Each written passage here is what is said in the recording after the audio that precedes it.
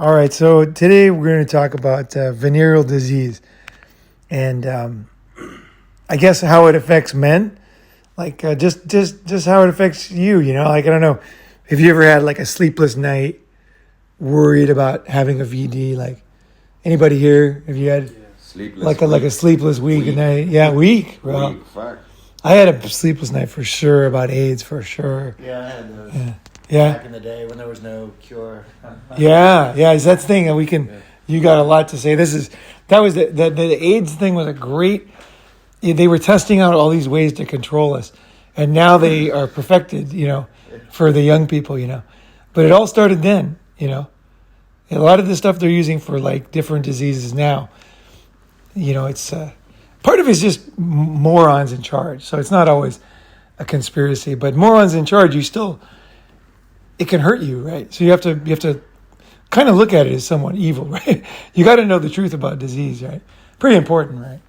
And so, what were you going to say something? No, but you had a sleepless night, right? Yeah. Talk loud, yeah. I might have had AIDS or whatever. Yes, I have thought that. Yeah. You thought maybe you got AIDS, right? Oh, yeah. So I was just I got a lot of thoughts, and I'll just kind of like throw ideas, and then just kind of want. Everybody experienced this, right? We all experienced it, right? So maybe we could just start with stories, like, and then just go from there. So, like, just how you felt, what you went through. I remember I was me and Drink and Dave were pounding this chick, and she was a bit sketchy, right? And then, back then I used to use condoms once in a while if I was a super sketchy girl, and this girl was super sketchy. So he was doing the front, and I was doing the back, right? So, and then I leaned forward, and I came out of my, the condom came off. I realized it had come off at some point. I didn't notice, right? And then I was just like, we were videotaping it, so you could see my face. I was like, oh, I was like, oh crap, and then you're kind of, like it ruins your kind of, vibe, it's like, start worrying, like, am I gonna? Because there's a lot of VDs that they don't even like test for. Like I think my biggest fear was always that they, had something they didn't know about, like a hidden one or. There's no good test for herpes. Yeah, there's no good test for a lot of stuff, and the thing about testing is expensive, so that's why they don't test food. Like the FDA is totally fucking full of shit, 100%, totally useless. When they send in cookies from China, they don't test them. You probably think they do, right? It's on the shelves, sold as food. Had to be tested, right? No. My friends export stuff. I was going to export supplements. I'm like, well, when do you test it? They're like, we don't. They're like, if we think it's sketchy. They basically test food the way the immigration checks for drug importers. Yeah, I see. That's how retarded it is. Sample. It's just basically like, does he look like he's sketchy? Meanwhile, old ladies are coming through with like 30 kilos, paid off, right? It's just based on human, whatever, intuition, and basically never. And then when they do test, here's the sad thing. When they do test, I figured this out, and they don't want to tell you. I don't think people want to know. But when you test for something, you only test for that one thing. So, like, if you want to test if you have chlamydia or gonorrhea or whatever, you just test for that. But a lot of diseases are kind of similar, right? I mean, they have similar like effects, right? Itchy, hurts, swells. These are not, they're pretty basic, right? So, and then it's like when a snake bites you. Which snake was it? Small, big, fast, brown. I think stripes, maybe, it's like, and then you go in there and they're kind of like blame you for not knowing, right? So it's kind of like this thing, especially with sex diseases. It's like you test for gonorrhea, you don't have it. They're not going to test you for, it's super expensive. I thought when I was young, when you go in and get tested for disease, they test you for everything. And then when I had my circumcision, then it wasn't healing good. So then I was like, I got something, I think. And then I went in and said, oh, you have this one. And then he cured me of that one. And then it wasn't healing again, so I went back in. And he tested me again. He said, "Oh, you got that one." I was like, "Okay, got that one." Then the third time I went back in, and then they gave me penicillin because I had gone through all the different antibiotics, right?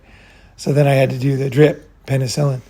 So I was pretty sure I got rid of everything, but they don't handle it very professionally.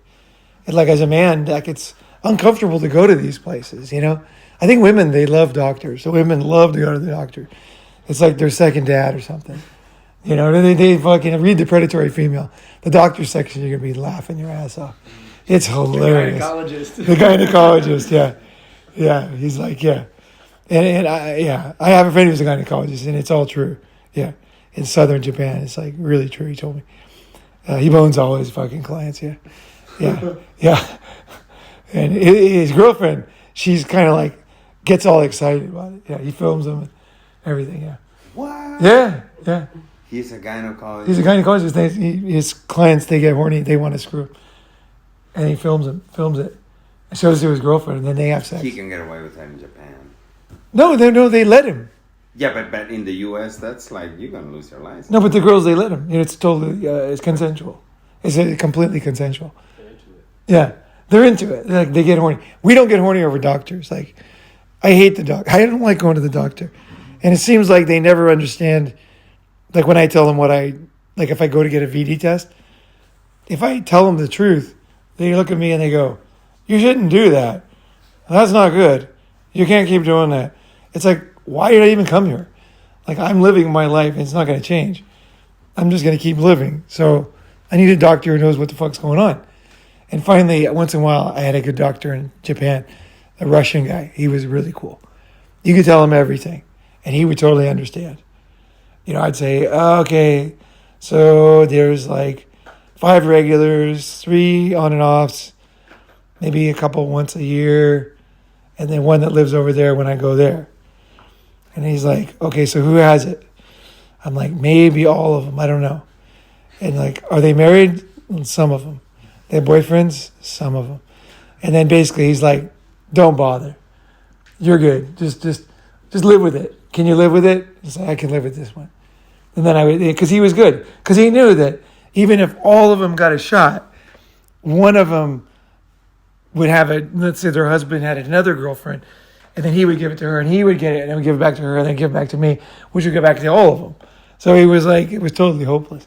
So he was like, well, how bad does it hurt, basically? How are you doing, you know? And then if it was like really affecting me, then I'd be like, okay, got to figure this one out. You know, might have to get rid of some girls, or, you know, because some of them don't like it, right? But most girls are pretty cool about it, I found. Like, if you're a player, they know. They're like, okay, we got to go down there. But then there's a point when they get tired of it, but, you know, whatever. But, so I can't go to a regular doctor. It's totally useless. I mean, nowadays I can. Nowadays I'm right now at the moment I'm not boning a bunch of chicks, but usually whenever I go there I am. So it's you know, and then they always look down on me. I hate it, you know, and they're always like retards about it. Like, what is that? I went to one doctor, and then he like left me in this room, and then like all the other nurses and doctors came in because they were all curious in Asia. They basically all want to see your dick, basically. And then you're just sitting there and you're just like, this is so retarded, you know. And he's like, we need a scientific viewpoint. It's different than here. Yeah, it can be really, yeah. But you know, they're very innocent, so it's like, it's okay. It doesn't really, you can't let it bother you too much, you know, whatever they do. But they're quite funny with foreigners, like in general, like when you're traveling, you'll see. So VD, so let's talk about the more dark. Those are just kind of, like I had like nights like that, the condom, and I don't know how long I worried about that one. Maybe 3 months I worried about that one. Because I thought, shit, this one could have AIDS, you know, possibly, you know. Because I didn't know what kind of drugs she was doing, you know. You know, that one with Dave, you know. But that's a lot of time, like, it's terrifying, you know. And then when you travel, too, there's different diseases in different parts of the world. So they, you know, like when you get, let's say you get all itchy tomorrow after we played disc golf, they're going to know it's poison oak. because there's a lot of poison oak around here. But when you travel, they doctors basically just, they don't know that much. They just go on what they usually see. They don't study other diseases. You would think they do, but they don't. They just know their area. So that's why if you get something, it's good to get it done there. Because they usually have the drugs are cheap, they're available, they'll recognize the symptoms, they'll know more. As soon as you start traveling, it gets hard. Because then you're in a new area. Like I got the other day I got a check for parasites. It's like a fecal check. They check. And then I had to talk to a doctor into it. But like where I travel, like that's a normal thing. You always check for parasites, you know. And when you start traveling, you should check for parasites. It's a cheap test. And you just take a dump, put a little bit on this thing, and then they test it. So it says no blood. Yeah. And then and also the cure is easy too. It's just a big pill you swallow for like 7 days or something. And it's gone for parasites. So if you travel, like once in a while, go check parasites. Because you won't know you have them. When I checked, I had 3 types. Yeah. And I was like, I don't even feel it. He's like, yeah, you don't feel it. It's like a skin rash or something, you know? No, it's in your stomach. Well, you can pick stuff up similar to like that. Yeah. As easy Yeah. as a skin rash. You could pick it up. And then he told me I had one that was as big as like your pinky. And then they would literally, he told me, they would look out your butt at night because they get hungry. Yeah. Either they poke out, you know. And I was like, I got to get rid of these. Because I wasn't that worried until he told me that. And I was like, oh, gosh, these things are real, you know.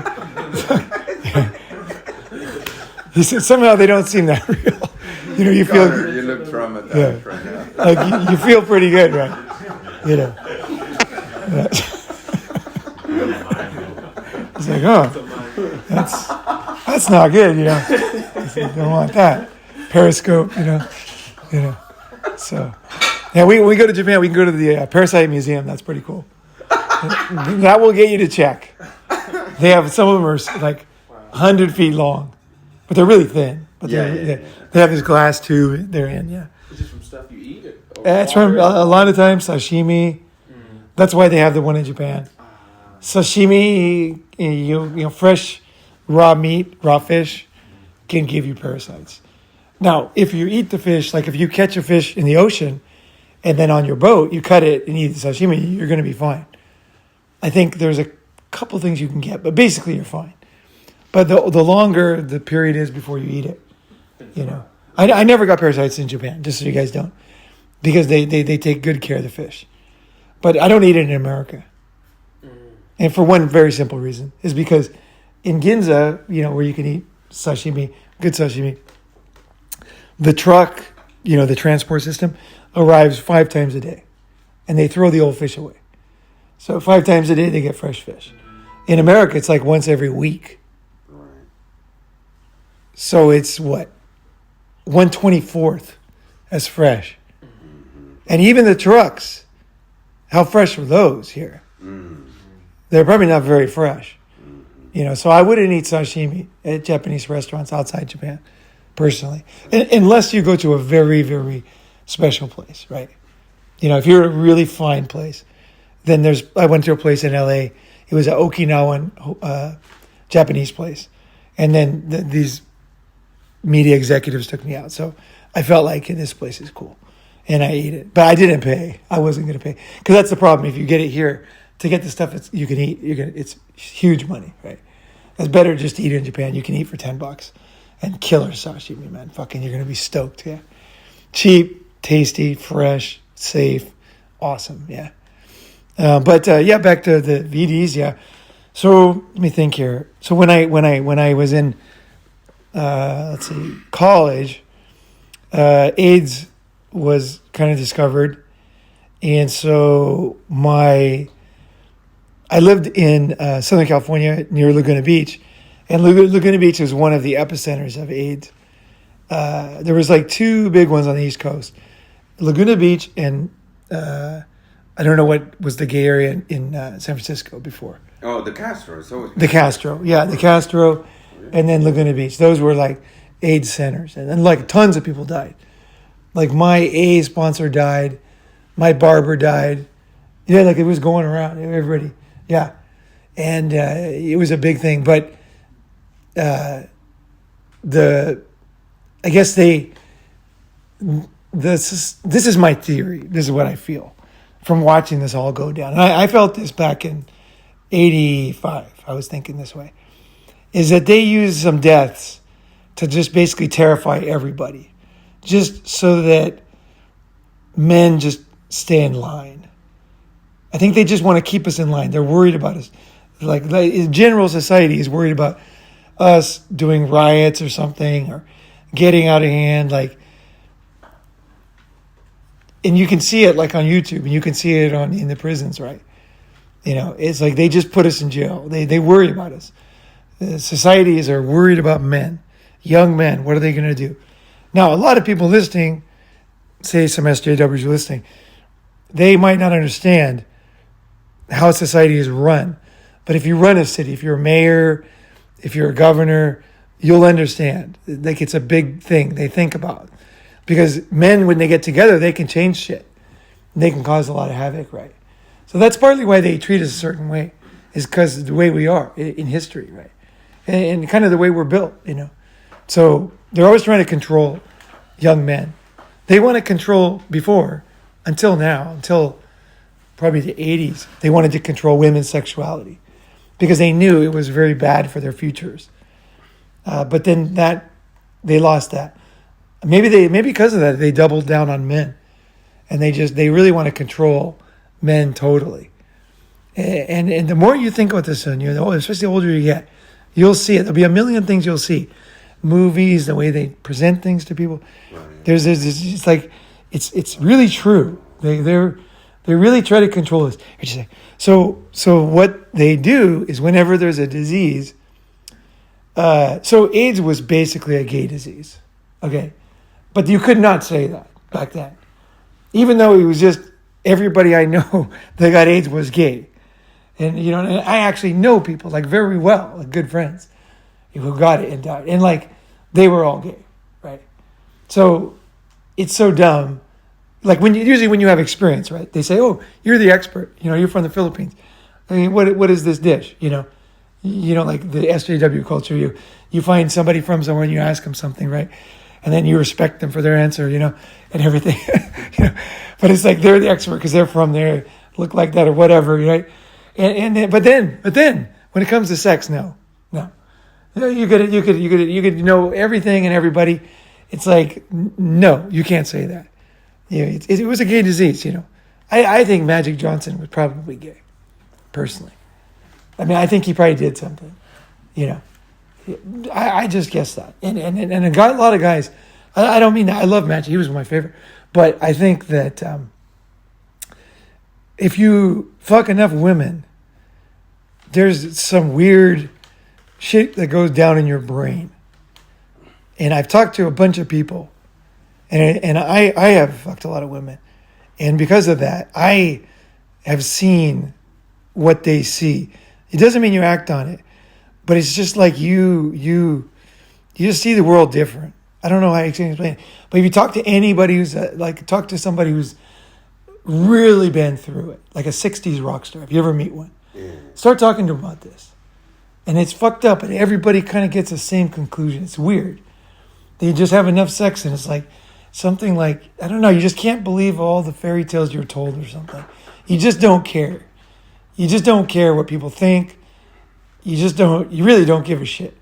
Because you know who you are. Here's what it is. You know that if they had that experience, they'd probably do this or that or this or that. Because you know what other people do. Because you've experienced it, right? It's like in wartime. If you fought in a war, you know that most people do this when the bullets fly. You don't have to have anybody tell you 10 times. Some people cower. Some people can't do it. Some people, you know what I mean? Like, it's just like the way it is. Humans are just humans, right? So sex is one of those things. So when you go through it, you kind of learn something about life. It's a very interesting thing. I think that's one reason to have a lot of chicks, just because you see deeper into life. And I talked to... Actually, I talked to Owen Cook about it, the guy from RSD. And I told him, I was a little more straightforward with him. But he looked at me. He was like, I know what you're talking about. He goes, we don't have to talk about it, but I know what you're talking about. And even nothing. He wasn't covering anything up. But it's just like you learn. I don't know what it is. It's like it's weird. It's very strange. But I don't know what. I wish I could put it into words. For me, it was like I just had so many women around me that it was like I was like bathing in estrogen. And that there's no stable featured creatures around me. It was just like women everywhere. Just women, estrogen. Like just the way women think and talk and act. And I love it. That's the thing. I like women. But it's like it's unbalanced. It's unbalanced. You just want to get away. I think for me, it was just like, I just want to it's just like, I guess it's high estrogen females are different than us, right? So you think you love them because when you don't have any women at all, they're really great, right? You see them, they are magical, right? And then you have a lot of them, and then you start to see them more honestly for what they really are, right? And then you have like, if you ever have too many, then you kind of like, you can really work the system at that point. You can work groups and you can kind of do anything. Yeah, you get that point. And they know it too. Is that women just get into this like feeding frenzy. Like for me, the funny thing happened to me was one girl just came up to me and she's like, me and my friend are just gonna fuck you. We wouldn't usually, but we see everybody fucking you, so we're gonna go home and fuck you tonight. Right. And I was like, I didn't say it, but I was like, you're the kind of girls who don't like my kind of guy. But they just like, we just have to do it because we just have to do it. Just because. So is that okay? I'm like, okay, come on over. And I was like, this is a weird ass psychology with women. You hear things about women, but when you really feel them, experience them, it is weird, man. They're very different than us. That's for sure. Very, very different. And I think the more average a woman is than more average a man is, the less different they are. But the more they get on the extremes, the more different they are. And when women get together, they get on the extremes. When women talk to each other, you'll get it. You'll get it, And it's like very difficult to explain. But I think it's good to know. Even if you never see it, you just to know there's weird levels that things you can talk about and learn. But so I got to the point where I would leave Japan just to get away from women. But it wouldn't work. But I would try to get away from women. And it was like, I just wanted some kind of stability or peace or something. You know what I mean? Like just fucking peace. Like dudes are just there. They're just fucking, they say they're going to do something. They just do it, you miss that. You're not around it. Like, it's a strange thing. But I think the guys are like, I personally think, I mean, this is on a limb, but a lot of rock stars kill themselves. I think it's over this. Personally, there's something I'm talking about is why they do it. I would put my stake in the ground. This is why. There's something about fame. There's something about being wanted that when it gets too foamy and out of control, there's something fucked up that happens. And I personally think that's the reason why famous people, like, because people think the average person wants a famous person. They're like, Hollywood people are fucked up. I think it's like they get too much star. And it's just like there's something weird in that. I think we weren't built for it. Maybe because in the old days, like we were 150 groups, 150, right? And there's something about 1 billion people, like 1 billion women wanting to sleep with you. Brad Pitt, when he was on top. There's something that gets really weird about that. There's something, that's a global thing. Wherever you go, every street, every laundromat, every fucking place, every girl would fuck Brad Pitt. Your wife. Her sister. You know what I mean? Like everybody. Yeah. So there's something that gets weird. And so there's a level above what I went through. And it's like that global star. Whereas a visible star, like the NFL players are lucky because you can't see their face. They don't get it as much. But the NBA and rock stars, rap stars, movie stars, the ones that have longevity. say a 30-year career, right? Those are the guys. Tom Brady, maybe, but not really. I don't know. I'm not sure. He's Probably yes. He's He keeps it under. No, that doesn't mean shit. He probably keeps it under wraps. I'm sure that he experiences a lot of these things. I haven't heard any stories, but maybe, Yeah. maybe, probably. Speculation. Yeah, no, but it's probably true. It's probably true. But anyway, so what was I going to say? So about the VD stuff. VD, Magic Johnson. Magic Johnson got AIDS, and that was when everything changed, right? Because then all of a sudden it was like they knew they couldn't brainwash everybody. Like if they showed this is straight up truth. They at that time, if they had a gay guy in the ads, straight guys would not relate to him back then, and they wouldn't care. They wouldn't be afraid of AIDS. But Magic Johnson was perfect because he's a very likable guy. He's personable. He's likable. He's a star. He's like straight up hero, fucking great player, right? And team leader, and he's got a good laugh, and he's very likable, right? Like OJ was before he did the killings, right? He was really well liked. OJ was super well liked. Yeah, the juice, man. I grew up like watching. Yeah, OJ. yeah, he was the man, right? And he was in he was in the Naked Gun movies, and Airplane and stuff. Those kind of movies. He was in the Zucker Brothers movies. Yeah, because he was so well liked, right? And he was funny, right? He was personable. You got to have it all to be like that. But so when Magic got it, they all decided, this I think, to use him as a way to scare everybody. But my guess, he's probably had some kind of gay experience, or he slammed coke or something with a needle, shared a needle. This is the only two possibilities. Because what I figured out was, and I think it's been proven true, but I've never heard anybody say it, is basically you can't get AIDS unless you're either gay, taking it in the ass, or shooting up. So pretty much. Now, if you're uncircumcised, then it's a little different. So if you look in Africa, places where AIDS spread, it was in the uncircumcised areas. In the circumcised areas, it didn't spread. It wasn't like an epidemic. So there's something about the tearing of the skin. You think about the skin is very sensitive. So if you just look at a flagpole in the wind, right, the flag gets ripped off eventually. It doesn't seem like it would because the wind's not that hard. But it's just the flag gets totally fucked, right? Yeah, we put up a fucking canvas over Dennis's house, his camper on this thing. It was gone in like a week. The wind just destroyed it. It's amazing, actually. But I think that skin is like that when you're having sex, right? It's just ripping and tearing. It's very sensitive skin.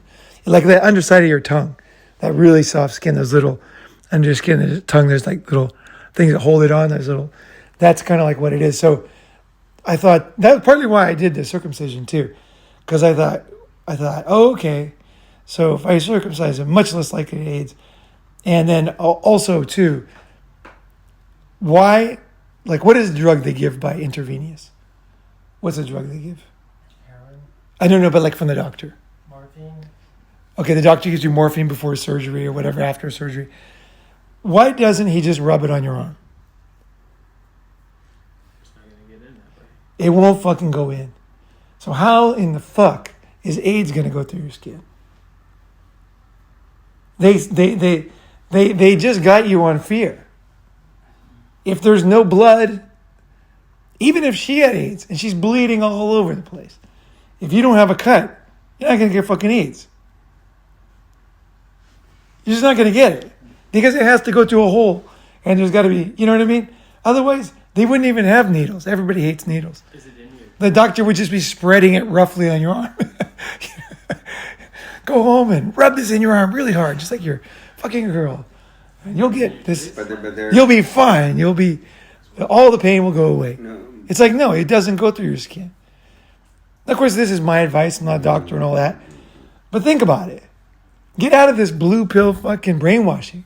It can't get in. That's why they got a fucking needle.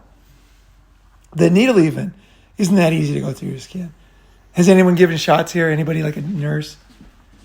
Have you ever given a shot? Yeah, are you giving it? Okay. How hard do you have to press it in? Or You have to press it in. yeah. You do have to press it in, and also, depends on the the viscosity of the fluid you push it in. You can feel it, and then of course you feel the pain pushing it in. But you do it. It takes an effort to push that fluid inside you. Wow. Were you like a nurse or a medic or Medic. medic? Yeah. Okay. Those vitamins or multivitamins, and Yeah. it's just you Yeah, insert sure. it in, and it takes an effort to push that fluid in. The more, Oh, okay. The more thicker the viscosity, obviously, the more effort it's going to take. Right. And you're going to feel it too. You got to really press down on that, right? Yeah. Yes. Yeah. Yes. Definitely. That's you nailed it. There's two parts, right? One is the skin, and then pushing it in, right, into the vein, right? Yes. Yeah. So a lot of drugs, some drugs you put into the skin, and then in the meat, and other ones you put in the vein, right? I don't know about AIDS for sure, but I'm guessing it's in the blood. So it probably has to go in the blood. I'm guessing. I'm guessing the same thing. Yeah, I could be wrong. I'm just speculating. But the thing is here's the thing. This speculation might be the best speculation out there because no one does this. You got the experts out there telling us stuff, and it's not true. You know that they're just trying to control you. If you look at what they're telling you, I remember when I went to Thailand in 1990. This was common knowledge, is that 99% of the prostitutes in Thailand had AIDS. That's what they used to say. It was in the newspapers. And everybody said that. So I got to Thailand, and I'm like, because my friend died of AIDS just before that. He died in 89. So I was there, and I remember how he looked, before he died. And then I was looking at these girls, and now, of course, there's a period of time and all of that. But hey, if 99%, some of them are going to be looking like shit, right? You know what I mean? It's just, that's the thing. It kills you if you don't have the drugs. And you get real skinny. It's a miserable death, right? That's why they made the blankets and stuff. It was a terrible death. It's great that we got the drugs now. But let's go back to reality. 99%, some of those girls are still working as prostitutes. They've aged, like, and it was like, I remember going there and I was thinking, this can't possibly be true. 99%, how is this? But it would scare you because everyone would tell you that over and over.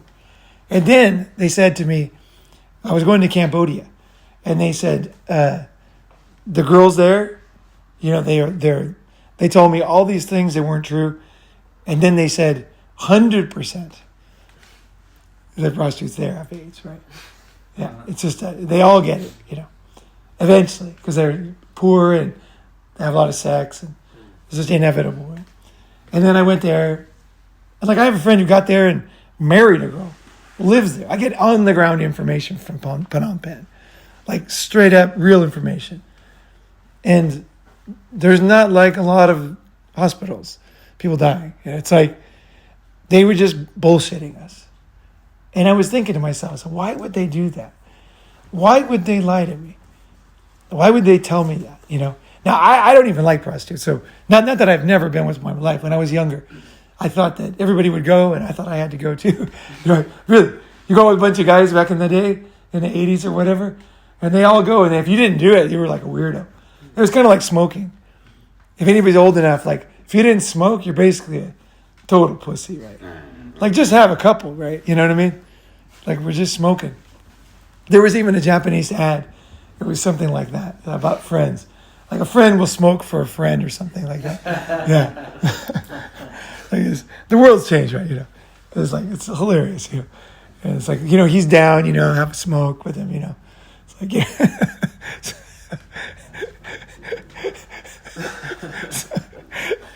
So like I realized that they totally lied to me, and then I came back here, and they're saying it's like a straight disease now, and everybody's dying. Have you guys seen that? Have you seen a lot of straight guys getting AIDS? Like you're people living here. Like how many people that you know have AIDS? My uncle has HIV, but he's gay. Okay, he's got HIV Yeah. and he's gay. Okay. Yeah. At the medical clinic I worked at, we had one patient that had AIDS, and he was a gay guy from San Francisco. Okay. All right. And then I know a woman who got it from a guy who had got out of prison. He gave it to her. So that was an Right. interesting situation. Right. But, Out of prison, yeah. Yeah. Needles in prison, gay sex Could've in been prison, that, yeah. lots of stuff, a lot of hepatitis from the needles in prison, But she's still, and also from the tattoos, jailhouse tattoos. but she's still, she's still alive. She's on the medicine, right? And like, Right. And nowadays it's fine. Yeah. But the point is that they back in the day it was terrifying. Like you don't want to terrify people. Like if say you have a dog, if you run up to him all the time with a mask on, with a drum in the middle of the night, that dog's going to be fucked up emotionally. Like, you just can't do. Like you just, you light him on fire with gasoline, and then you have a fire extinguisher. The dog is going to get nervous, right? But they do that to us, basically, right? They're doing the same thing to us. Like, they're just doing shit that makes you very nervous, It's like, you could die, right? Yeah. And you could, and some of the ads were really bad, like in the 80s.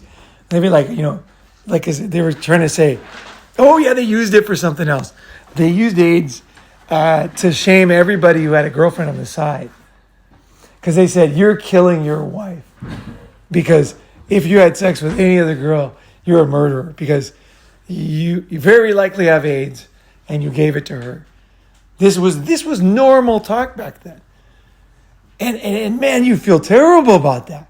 Because as a man, you love your wife. I mean, you might be a high value guy who has a couple of side chicks or whatever, but you love her and she's the mother of your kids and all that. And then you don't want to kill her. You know what I mean? So it doesn't make any sense, right? So when they say that, this is not a kind thing to do. This is serious shit. Fucks with your emotions. Men are human beings, right? We care, we think, right? They just fucking use this shit like nothing. They just like nothing. You are killing your wife, And it's like, Jesus, and she, she's probably having 2 affairs, you know what I mean? Like women are not fucking monogamous, right? But it's like the men. It was only the men. It was never, no ads about the women cheating. As they would never be. It feeds onto the Hollywood narrative of making all these blue-pilled movies, and women are always the victims, and the guys are always the evildoers. Yeah, well, it's not Hollywood. That's Hollywood. It just has a camera. This is the writers of Hollywood. Yeah, They're but directors, they choose the plot. Yeah, but the thing is, that's what they would do anywhere. They all do that to men, demonize men. Okay. They just happen to be the guys who have cameras and make movies, right? Like this is what society does.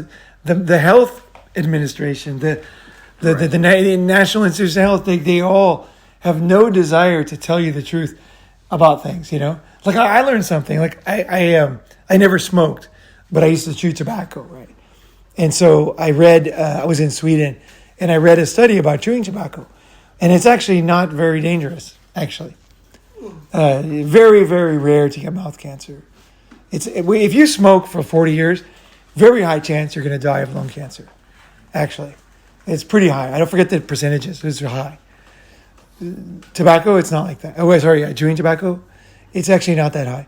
And because the Swedish government, they were honest. They just said, not that dangerous, kids. And then everybody went crazy because Swedish studies are good. Like they do good research. But that didn't go with the narrative. Because what they wanted to do is stop smoking. See? Mm-hmm. Now, men were the smokers. So there's another thing about men. We smoked, right? And they were going to try to make us stop smoking. And so guys were switching to chewing tobacco, right? And then they said, well, you're going to die of that. And they had a guy that lost all the skin off his mouth. He looked like a living skeleton. Have you ever seen that guy? It looks really bad. But that's actually very rare. You don't see it. It's visible, right? If you get mouth cancer. They have to cut you don't have lips. You don't have you just have teeth. It's like really visible. It's not that. It's not like something inside. They take your lips off. So it's like it's all over the fucking place, right? The mouth cancer is ugly. Lungs in your lungs, but mouth cancer is nastier. And so I said, I just keep chewing tobacco. Like I looked at the numbers. I'm like, I'm not going to get it. No fucking way. Because it depends on how you sleep, how you eat, and all that too. And also throat, because you swallow some. So you get a little bit, there's a higher incidence of throat cancer. I'm not saying you should do it, and I don't do it anymore. But the thing is I read the realistic numbers, and I'm like, they should tell everybody this. All men should know. Switch from smoking to chewing today. So I started telling everybody, yeah, just quit, just chew. Don't worry about it. You won't get fucking lung cancer. I was telling everybody, and then people were like, I was trying to figure out. I knew there was something here, and so I was real verbal about it. And then finally, people started saying, "Don't say that. Don't say that."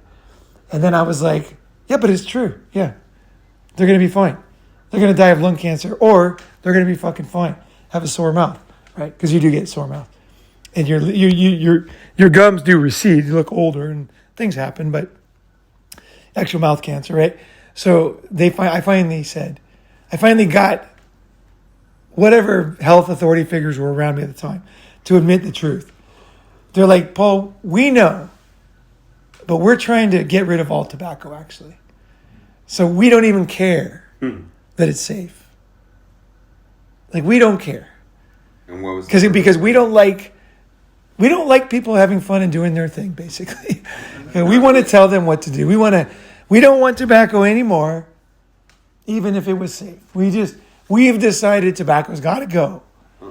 And then they were basically saying, men are so fucking stupid that they won't know the difference or something, right? They won't be able to make decisions for themselves. So they had to get tobacco out for everybody. But what was the purpose of that? It was because they had decided that they were going to control tobacco, get rid of it. It's like they decided that they don't want you to fucking be free. They decided what you're going to do. And that's Fuck that. And what's the purpose of that? For the just no, I'm honestly for like the 1% of the 1%. What would be their end all be all goal? Well, I'd say one thing is whenever there's a lot of new regulation, there's a lot of jobs. In those regulatory jobs. All of a sudden, you got advertising guys writing stuff. You got people working for the government. You got like people like warning people going to schools. Huge job fest. Cash, baby. Like if you're a fucking idiot, it's a perfect job. Tell people things that aren't true, right? And just tell them what they need to say, and they go do it. And they're like, "Thanks for the gumball, Mickey," and they just go on, right? They get their salaries. All these fucking idiots in government, they're perfect for this, right? Government jobs are perfect, right? They just tell you, just fucking go do this shit. Everybody just does it, right? So it's like, and you get money, right? So because you want more, right? So you get more, right? And just raise taxes, right? And just give, they don't care if it's true. It becomes a self-fulfilling prophecy. It's like here's how things work. So in China, they had the one-child policy, right? So you could have kids, 8 kids, whatever. All of a sudden, one-child policy.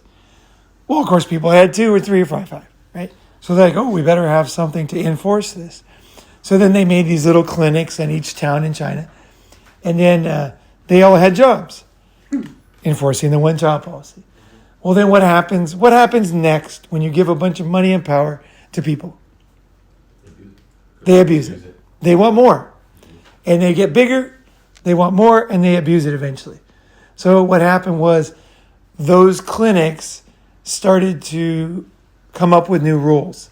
So one of the rules that my maid had to do, she had to go every year back to her hometown and then check if she was pregnant. So she had to travel all the way back to her hometown, check if she's pregnant. If she's pregnant, they gave her an abortion, forced abortion right then.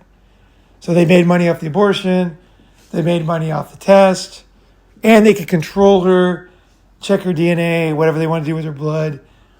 They could collect money if she owed money. It was just a chance to catch people. If you could just catch everybody, interview them, you'll catch a lot of criminals. Like, that's why they want to control and catch everybody, is because then they can whatever laws they have or whatever, they can do all kinds of shit. You guys can think of stuff, right? I'm not talking to. It's like, this is what they do. They give you more control, right?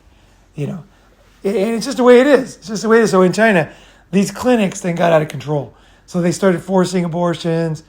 Then they started to force testing. And then what did they start doing? They started doing really evil stuff. They did abortions, real late abortions. What is it? I can't even think right now. I was really into these guys for a while. Basically, they're like the most evil people in China. It's all women running these clinics, and they're the one-child policy clinics. And they're like mafias. They're like murder mafias all over China. They've murdered millions of people. Millions. Sounds like CPS, the mediators, and the divorce industry. No. Everything you just No. described is parallel to the divorce No. industry. That's because you don't know the difference. Well, yeah, No. exactly. But it's similar. It's no. It's like if I have a cold, I get a fever, I feel terrible. But if I get HIV and don't have drugs, I'll die. yeah. So China has HIV. It's a much more extreme form. You think it's the same because you haven't seen it. No. It's inhumane. We're talking major death camp bullshit, crazy stuff, and people being screaming, pulled out. It's just insane For stuff. the one-child policy. Yeah, it was way worse than here. It's not like the CPS. People automatically say it's like this. It ain't like this. It is way worse. It's fucking totally evil. Got it. Millions dead, and it's terrible too because you could have a kid and they die in a bike accident or whatever. You couldn't have another kid because of these guys, right? So you usually have no kids because you couldn't have another one. You already had your one kid. Never? Yeah, you had your one kid What happened if you had? because they got power. But, Then they want power. They want to abuse. Then they fucking tell you what to do, and then you got to cower in fear because they, you know what I mean? Seriously, they got a lot of power. If they're killing your kids, right? That's a lot of power. Think how that would make you feel as a man.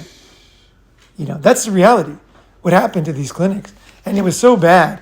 They started getting money for something. I forgot what it was. It became a big money-making thing. Oh, yeah. Oh, that's what it was.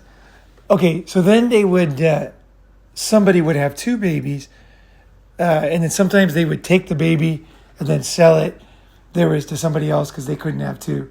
And they got into human trafficking. American adoption of Chinese babies. Oh, yeah, there was that kind of thing. A lot of the babies came from those kind of places. It became full-on evil. Like, you got evil people to start with. And then you give them money, power for 30 years, 40 years, 50 years. And then you see they're doing evil things. They're hearing babies cry, they're killing them. Think about what that does to you. It makes you more evil, you know, because you just get surrounded by evil. And then a lot of people just go full fucking evil, right? That's what happened. And then when the government, they became so powerful in China because they made tons of money off selling the kids. It became a huge business, right? So then when the government made the two-child policy a few years ago, everybody thought it was going to be fine. But those maniacs were still there. And people were still traumatized from their kids being killed, right? So people were still scared, and those people still had power, and the clinic was still there, and the money was still going around. And now they're into all kinds of evil shit, right? So basically, people were afraid of having more than one kid. And so the government finally had to try to dismantle them, but it was tough. Because they were like their own little mafias now, right? All over the place. Making money, got their own little business. You know, you take away their livelihood, right? breaking down the FBI. Yeah, it's really hard to do. It's really hard to do once it gets that far. I suspect those guys are still, they're moving on to more evil things, you know, full human trafficking and all that kind of stuff. Selling babies to make soup in Guangdong. You can search fetus soup in Guangdong. You see pictures, yeah. Yeah. Because some rich people, they think that's great. Chinese government officials. Yeah, because they're going to be young. Oh, Right? So it starts one way and it goes deeper, right? So what I'm saying is, like, you don't want to be controlled. Like, you don't want to give that kind of power to people. You don't want to. It goes down a route that's very bad, you know. Yeah. So you want to be aware of where things lead to, right? So like this thing with the controlling men with sex, I think I've never heard anybody talk about it actually, but they are trying to scare the shit out of us at every corner. It's just more convenient for them. It is. Let's say you have a kid and he's doing something you don't like. You know, anybody who's parents, you know, if you just tell them the boogeyman or whatever, boogeyman's in that closet, don't go in there. You know, the kid's not going to go in there, right? And it's very handy, right? Because then the kid doesn't go in there, right? You know what I mean? That's boogeyman juice. That's a beer, you know, don't drink that, you know. It's very handy. The kid's not going to, you know. Now, the problem is when he figures it out, then he's going to rebel because he realized he was lied to, and it all kind of caves in later. But very handy in the beginning, right, to kind of control people. But I think what they've been doing with us is basically like painting us as these, we're all the R word, We're all the R word. Whenever you talk about sex as a man, the first thing you got to say is, not the R word. You always have to it's like it would be like if you got a ticket from a policeman, let's say a parking ticket. What's the R one? Say it. Yeah, just shut the fuck. We'll tell you later. Okay. So if let's say you get a ticket, and then the policeman looks at you and goes, at least it's not the death penalty. I'm sorry, it's not the death. He doesn't have to do that because you understand it's a very low level infraction, right? But for us, no, it's always the red card. It's always the death penalty for us. It's always like, you might be like that, but maybe you're okay. For now, we'll keep an eye on you. I don't know about you. Maybe back home, I don't know, And you got to prove yourself. It's just a way to control everybody through fear and real effects, too. Because the R word's like you go to jail, right? Even if it's not true, right? You go to prison, and everything, right? So, and you feel bad about yourself because if they call you that too many times, you start to wonder if you are. Human psychology is weird. Like if everybody calls you something in school, after a while, you're a little kid, it starts to fuck you up because you start to think maybe that's true. And they've done a lot of experiments with adults. Same thing with adults. They're calling us the worst thing every fucking article in the newspaper, practically. We are that. We are this. We are, we are violent. We are toxic. We are bad, and we got to earn our way. Women just go straight to heaven. They're angels right off the bat. We're basically the worst, and we can dig ourselves up to maybe not be the worst, but if we do anything else, we're the worst again. Anytime you do this, here I figured this out. Let's say you have the angel on the top, right? And you got the devil on the bottom. Anytime you start calling somebody the devil at all, they never really get much higher than that. They literally cannot get to the top because even a doubt brings them down, right? You know what I mean? So you end up and then if you don't know the guy, he's down there because you don't know that guy, right? If they're all basically devils, they're basically this guy you don't know, better keep an eye on him, right? And I think we're all victims, men in Western society, of being painted as the worst people in the world. Around every corner. And they scare the living shit out of us with the sex stuff. Oh my God. It's terrifying. And we just get used to it, suck it up. But honestly, it's not very easy. When you're young and stuff, you get really worried, right? I think a lot of people stay virgins because they hear this stuff and they just don't want to hurt people. It really fucks you up. Right? I think as a man, you should know the truth. You need blood to get AIDS. Come on. You know what I mean? And sex feels good without a condom. And I had a lot of VDs and I got rid of them.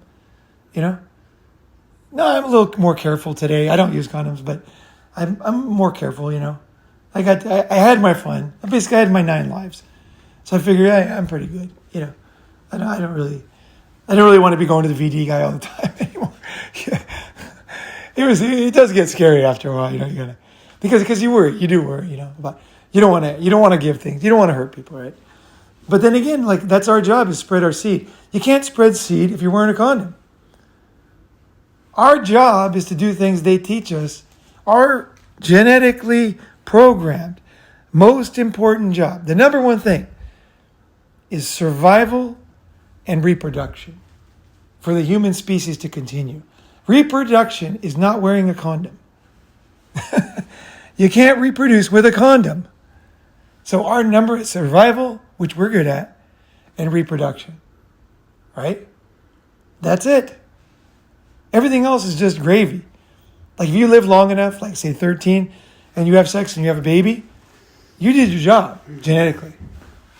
You passed on your genes. And you've done survival until the age when you can reproduce. That's basically our job.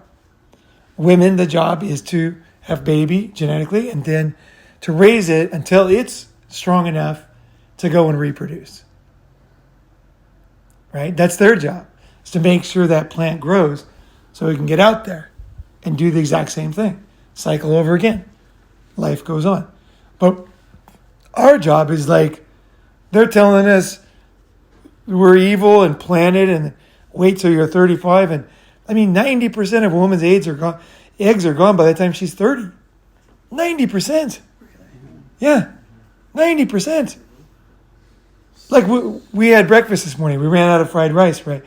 If you wait till 90% of that fried rice is eaten, and then you start thinking about getting over there, you're fucked. It's going to be gone. Same with the turmeric milk. You know, you got to get in there early, right? Wait when it's 100% or 80%, right? It's going to go fast, right? You wait till 90, you're fucked. And we're supposed to wait till we're 90 and then hope. I mean, more than 90 because, less than 90 because the chick is not going to marry when the day she turns 30. It's going to go, it goes down after that. It becomes a miracle at some point. It's a modern miracle. All these, you know, not virility, but IVF, fertility things we have, right? So that makes us not understand. The truth is there's no more rice in the pan. You know what I mean? there's no more turmeric milk in the pot. Like, it's gone. No fucking person in their right mind would wait, you know, to drink water when he's thirsty till 90% is gone. It's fucking ridiculous. It's totally fucking ridiculous. The girls after 30 don't have a kid with them. I mean, I think, now that I've thought about it, I kind of thought about it. Go for younger chicks to have babies with, for sure. They're too old, man. The eggs are gone. Go with the ones that are fertile. Right? And don't use a fucking condom, right? Blow that in there, you know? Feels good. Yeah. You know? If you want to have offspring, right? You know what I mean? But yeah, so I just think it's terrible what they're doing. They just constantly terrify men, imprison men, call them names, I think the self-esteem is the most important part. We're devils who have to, they say we have to basically earn our way up, but honestly, that's not how it works. If nobody can ever earn their way up in any system, if you study any way systems like that, it never works. That's why people get pissed off they're poor, because they realize they can never get up. There's like groups they can't get into, and there's things they can't penetrate in their lifetime, right? It's because that's kind of the way things work. Once you're solidified, whoever's solidified in the top, it doesn't work. You go to any country, you know what I mean? You go to Burma, Nigeria, Mexico, it doesn't matter. Greenland. There's going to be a group of people in charge. It's very, very hard to get in there. Almost impossible. Basically impossible. But everybody acts like, oh, you can just get in there, just work hard, right? And same thing with the fucking, men. Oh, we say those things, but we know there's good men. All this bullshit, it doesn't, I got an example, but it's not the greatest example for this. But anyway, maybe it'll be helpful. But I read this marketing book, and they were saying, like, one of the dumbest things you can do, this is actually a great lesson anyway, so even if it's not that related, one of the dumbest things you can do, so let's say Ford is making cars, or Coca-Cola is making cola, and then you say, well, I can make a cola, like I made a cola in my room, I tested it, better than Coke, right? Made a better taste, and I can sell it for 40% the price, 60% less, right? And then you think, I'm going to kill it in business. This thing is 60% cheaper and it tastes better. But anybody in business, you know, it never fucking works. Because the incumbent, the leader, remains the leader in every business. Because the consumers don't change their mind that fast. Because the stores have them in certain areas. Because people have ideas in their mind what they want to buy. They don't know this new stuff. They don't trust it. They go with the one they know. There's a lot of reasons. But basically the winner remains the winner in human. It's the way it is. It's so incredibly rare when the only way you win is by a new niche. Okay, so Tesla's electric cars, so they're gonna win. They're winning in electric cars, but they wouldn't win in gas cars because they'd be competing against all the incumbents, right? So, when you're marketing, what you have to do is you have to, instead of competing with somebody, you have to come up with a new niche, a new angle, a new way to use this product or way to present the product.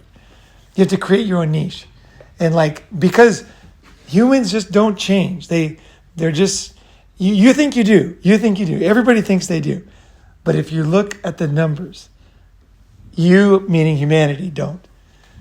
It just never incumbents. They just never get basically. They just very, very rarely. Doesn't happen. I wish I had the examples from the book, but it's a great book about marketing. And Jack Trout and Al Reese wrote it. Yeah, the book. But it's the same thing with this. It seems so easy, but the statistics, they just don't work out for you. If you're the devil, they're just going to think they basically, anything goes wrong, you're the devil anyway. In 2 seconds, you're the devil. And you can earn your way out of it, one person, but then along comes the next person. And then you actually make a mistake and do something. Then they have a reason to believe something about you, right? So it all conspires with the way people think, your own human nature, because what happens is it pisses you off. So then you act erratic or you even do the thing they say. Because well, if you're going to say it, then fuck it, I'm just going to do it. And then it totally solidifies in their mind. And it's done. Ice, concrete over it, 300 years. It's gone. It's done. Right? So we're devils. Society paints us as devils. It's too late. They basically think we're just like devils that can't get out of devilness. Yeah. Fuck them. Fuck the whole society. Fuck the whole society. I really think that. Live your life. Live your fucking life, right? You're not going to earn your way out. And they're not going to change. Right? But you can have a great fucking life. You can have a great fucking life. As long as you stop caring. And just don't be the same person you were before. Everything, you got to take that new pair of glasses on and say, wait, I used to look at it this way. And then you suddenly realize, it's like, do I accept that? Do I accept this? Do I want this? Do I want to play this game where I'm like not trusted? Where I'm seen as a bad person, like just for starters? Where I have to argue, I have to explain, and I know it won't work. Because no matter how hard you try to build that sandcastle, the water just comes up and new people come up. It's a never-ending thing because it's designed to not work. It's like the only way, there is a way out, and you actually win by not playing. And just saying, fuck this society, and just realizing they're fucked. And if they don't realize it, they're fucking evil. You know what I mean? Because we deserve respect. We deserve stuff. That's all I got to say. Anybody got?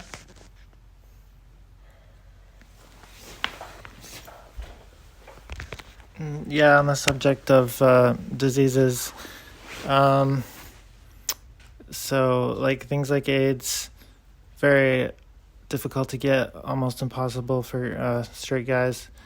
Some of the other stuff, you can get it, but there's vaccines for it. So if you want to do the 80-20 principle or whatever, a very simple way to just like avoid hepatitis, HPV.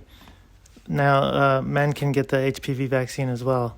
Really? A lot of insurance companies will just give it to you for free. Vaccine for men. Okay. Yeah, I got the HPV vaccine and the hepatitis A and B vaccine, and then it's just one less thing to worry about. It's cheap and easy and increases your safety. So. Yeah. I should say something because you brought up a good point. You don't want to get AIDS. Like you don't want to get HIV. You want to protect yourself. I'm not saying that. That's why I always lubrication. If the girl's well lubricated, how is the skin going to tear? I mean, I'm not saying for you, but for me, like logically, like if I rub my arm, I've never seen it bleed. This has never happened. You know what I mean? And also what you said about the having to push it in there. It's like, it's not just, oh my gosh, there's a hole. It just automatically goes inside, right? The body resists. The The body resists. So the body's a mechanism of a wonder. If you feed it properly, it can heal itself. The thing is, a lot of times we don't know how to properly feed the body, but it's designed to heal itself once you have the proper nutrition. It tries to resist a lot of things, either nature-wise or man-made. Yeah. Diseases that try to hurt it. So, right. but yeah. Right. And yeah, and that's a good point too, because a lot of the in the 80s, a lot of the gay communities, they had their own, because I have a lot of friends that are gay. Like back then, the guys died of AIDS were my friends, and they were gay, and they had a lot of bathhouses. They did a lot of what were they doing back then? They had some kind of drug they were doing. I forget. Now it's like meth and Viagra for like young guys that go to clubs. Pretty popular, right? For gay clubs. But back then there was something else that was really popular. Poppers were really popular, and there was a lot of drugs. But the thing is back then a lot of the activities that went on were in the nighttime. So that means people didn't sleep. So they were up all night. So that affects your health. So it was like a combination of not eating right, not sleeping. So your body doesn't have the defenses that you would usually have, and especially if you're doing speed, it really stresses out your body reserves, ability to heal, right? And so if you're not sleeping, using a stimulant, staying up late every night, and having anal sex, like that's with unknown people. That together is what made it happen. It was that combination, right? So the thing is like if you're healthy, and again, I'm not a doctor. I'm just talking for myself. But I figured this out a long time ago, and I saved myself a lot of stress. Because almost everybody I know is like secretly stressed about this stuff. Because I get them to talk, and they're like, and I realize it's not worth it. You just be logical. Like I did get circumcised. You can do something. You can do some things to kind of protect yourself. But a lot of things they'll never tell you. I had to do my own research about circumcision. I had to go into, there's a lot of research. I realized, why is this? Because I was thinking there's something going on in these areas. Why would it spread in some areas and not in others? And then people would say, oh, different customs and something. Nah, probably not, right? And then I did research, and then I found out, sure enough, it was, different hygiene, right? So, but they would never fucking tell you. It really pisses me off. Like, it puts you at ease if you know. Like, they want you to be on edge. They basically want you to be on edge and be a good little boy. Be a good little robot in our society. And just take it. Just fucking blah, scaring you all the time. And you're like, I'm fine. I'm good. I'm a man. Doesn't bother me. And then, but it does. It burns you up. But as soon as you just don't give a shit and you realize society's fucked and let go, and look at life differently, it's very freeing. I think you reach like a very, very, very deep state of like Zen freedom. Like when you let go of society, like you really are fucking almost like self-actualized. You're way up there in something, some kind of peace, and it's a good thing. But like a diamond's made under pressure, right? And it's like it takes a lot of pressure, and then finally you realize like you can't play this game anymore. Like people like my friend, I shouldn't say it, the guy I know, he used to run the mission in LA, and he said nobody ever commits suicide in the mission. He goes, but a lot of people who lose their house commit suicide before they leave the house. Because they're so afraid of being homeless, having nothing. They commit suicide before they're homeless. But once they're homeless, they figure it out. And they do fine. So I thought that was very interesting. It's the fear of being there, right? And then they get some kind of Zen freedom. They realize, I didn't need a fucking house. I didn't need all this shit. I didn't need a fucking, post office box. I didn't need this shit, or whatever the fuck, people think they need. So I think this is one of those things, right? It's like letting go. I'm not saying you should live that way or this way, because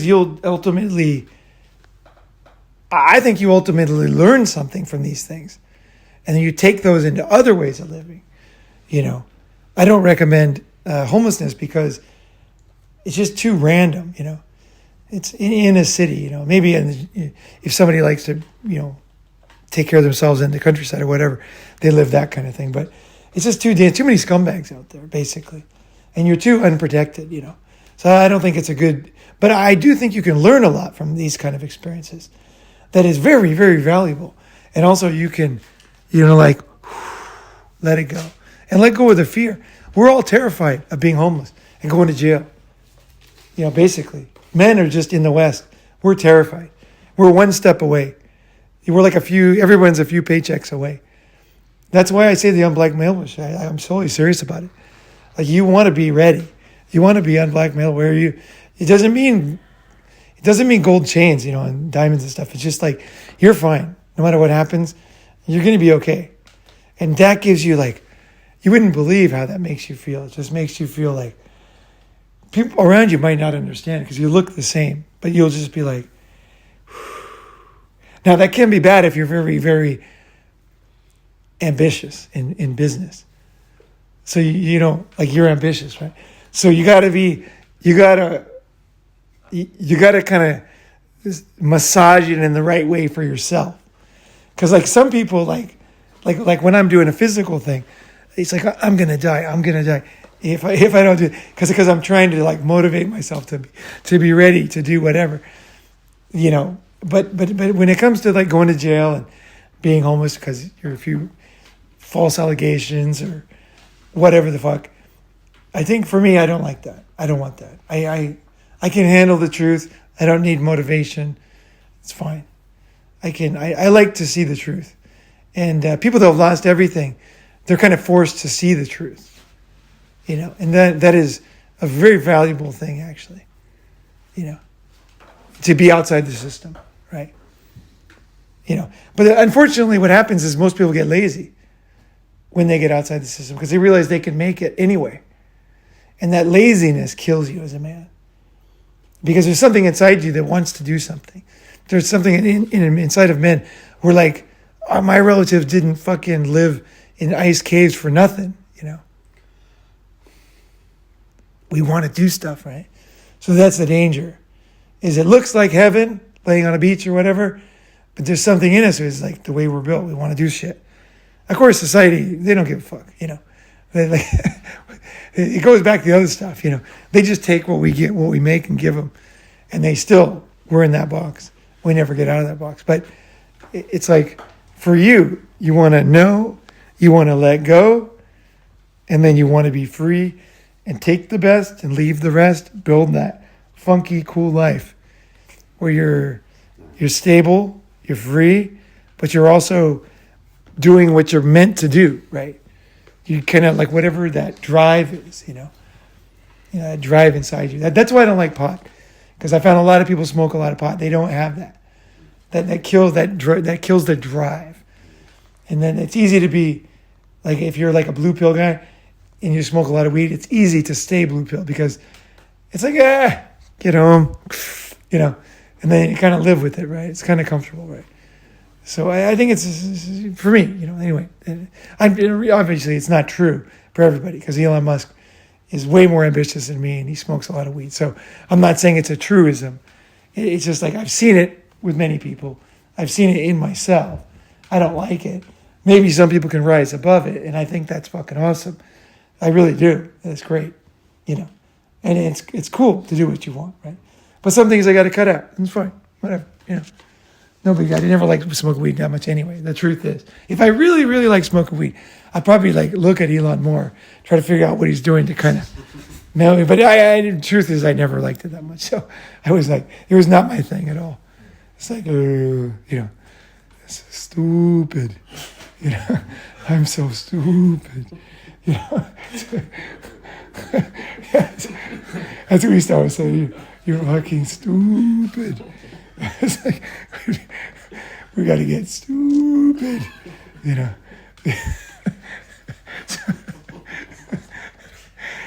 All right, pass around anything? I mean, there was a long time in my like sexual life where I wouldn't have sex with women without a condom. You know, pretty much my early teens. Like, and I remember like my first time. I was like, my first time I ever had sex. I was kind of nervous and like a little scared about it, and just trying to get the condom on. And it's just like not a, you know, you think back to all this like old wives' tales about, you know, you're gonna get this, and then and it just made your first time, well, my first time, so much more anxiety ridden, right? And what were the old wives doing? Can you remember?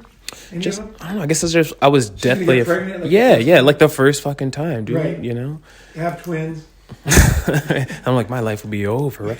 And yeah, I mean, there wasn't much like layman information out there. You just hear these diseases, the names of these diseases, and it sounds super scary, like, you know, gonorrhea, chlamydia, and all this stuff, right?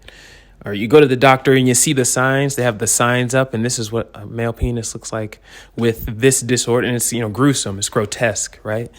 And that kind of stuff really had an effect on me, and it took me a while to sort of. You're right. Those fucking pictures, that's a key thing. Mm-hmm. Though they pick the scariest pictures, man. Holy shit. And gross and like colorized, right? And it, you know, somebody put a lot of effort into this depiction of a, you know, diseased member, right? And there's some value. You want to know what it looks like, right? But they used it in a way. They used it and did not give a shit about our mental state and how it really affected our lives. Yeah, you know, health class, you know, in health class it would be, you know, they show you all the pictures of the stuff, like, don't, you know, even one time you could get her pregnant, right? And I think it had an effect on the guys and the girls, you know, made us a little bit more trepidatious to explore our sexuality. Did they show you videos of people like dead from skiing before you went skiing? Like what is it? Kennedy died, right? One of the Kennedys hit a tree, right? That's pretty common. People die skiing. Did they show you videos when you get on the lift there? No, we had a ski club too. It was funny, right? And they wouldn't do something like that, right? Well, people die, right? Should have taken pictures, right? Yeah. It could happen to you. Yeah. Probably will. That kind First of thing. time. And so I was, you know, it wasn't until like very recently, Nothing you can do about it. a couple recent girlfriends, you know, well, in my adult life, I'd say college, where I, you know, had the confidence to, you know, not use it, like not use a condom with the girl that I was with. And funny enough, you know, I was a long-term girlfriend, and she wasn't on birth control or anything. And we never had any pregnancy scares or anything like that, right? Rhythm method, pull-out method, nothing. So I've never. Wow, that's so good. Dude, thanks for mentioning that, because the pregnancy thing, I can't believe I didn't remember. It's not just the diseases. Pregnancy. You know, you're like 14, right? You know what I mean? You're just learning about yourself. You're just beginning your life, right? And they're just like, they just give you the scariest fucking thing straight off the bat. And like, it was just like, you know, I don't know. It's difficult. Okay, I mean, education is not easy, especially about things that could hurt you, right? So, I mean, I'm sure there's good teachers out there that had good intentions, but as a rule, society, everything was on us. Everything was on us, you know. You're going to be a father. You're going to be fucking, you know, pushing a baby carriage when you're 15. You're going to be fucking, I guess it could happen. I don't know. I didn't like it. I thought they should teach us to do the pull-out method. Like, why don't they teach that in sex education? Cycles and stuff like that, right? Yeah, You they- literally can only get pregnant at a certain time of the year. That's certain right. Time of the month. It's about 20 minutes a month or something, 2 hours a month. You have to explode inside of this one. You know, you really have to explode inside of this woman to get her pregnant. It's not. It's, you know, you think of all the pre-ejaculate, right? Fuck that. Yeah. Fuck that. I fucking totally agree with that. Let's make sure it's still recording. So I was just dealing with this because I was like, maybe I should not come inside this woman. And she like got her phone out and was like, oh, well, it's, you know, there's these are like the green days or whatever, and it was like, so what is the truth about like how long sperm can survive up in there? You're saying it's only 20 minutes or 2 hours, or like what is the plus or minus range in terms of time, hours or days, when the before and after ovulation? Right. I don't think anybody knows. Just because logically, if you think about it, the doctor would have to, right after you blow your wad in her, he'd have to like put on a timer because he couldn't trust you, right? Research, they'd have to do it. So basically, he'd have to watch you fuck your girlfriend, or at least be in the other room, you know, and then with a video camera. Anyway, so come.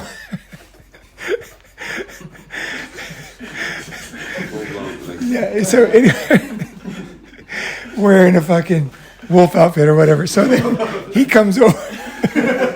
That's just one sample. Like if I repeat it, And then he's got his timer, you know, and he gets you going right. And then he like, because how would you know? Because, you know, like when a woman has a baby, it's not 9 months to the minute. You know, so it's one of these things. It's like there's certain things that you can just figure out on your own. Like, you know, they say the bees are all dying, right? And there was this many bees before, but there's that many bees. But I thought about it. I don't think I could count the bees in this neighborhood. Because even if I found a bee, he's going to move around. Unless I killed him and collected him, and I could get the bees in this neighborhood. But otherwise, you see a bee, you say, okay, one bee, right? Then you walk off a few feet, you see another bee. You're not quite sure if it was that bee or another bee, but anyway, 2 bees. Meanwhile, the bees, they follow you. So you might get 100 bees with 1 bee, or they might all run away when they see you coming over with your clipboard, right? So basically, like, nobody has gone around the whole world in 1 second, counted all the bees, and got a perfect data for all the bees that exist. And then now they did like a blueprint or like a snapshot of how many bees are here. But you can't And then- measure how long sperm can survive. What I'm saying is there's certain things in life that you can just figure out that they're impossible because you just couldn't, you actually you could, because it's not about pregnancy. You could pull it back out and see if it's alive, I guess. Yeah, I guess you could come in there and then you could get like a turkey base or whatever, pull it out and then see if it's alive after a few minutes, after a few hours. Yeah. I guess, okay. I was thinking about pregnancy because it wouldn't get him pregnant anymore. But yeah, you're right. It's alive. Just pure, are they alive? And it's Well, the there. other thing too, though, you got to know is most sperm can't get a woman pregnant. Most sperm are like blocker sperms, like linebackers. The sperm wars. Yeah, there's one sperm that goes up in there, and the other ones are blocking, going sideways, because they're blocking any other sperm that could be there. They're blocking for their guy, and then he goes up, right? So you'd have to test, you'd have to know which one of the guys that are going up too, because you wouldn't just get the average sperm, because a lot of them aren't shooting up there. So it would be difficult, but maybe you could test it, but I don't think anybody, I would be surprised. Like there's a lot of research. People will just tell you stuff. Like the bees, there's like 50% less bees.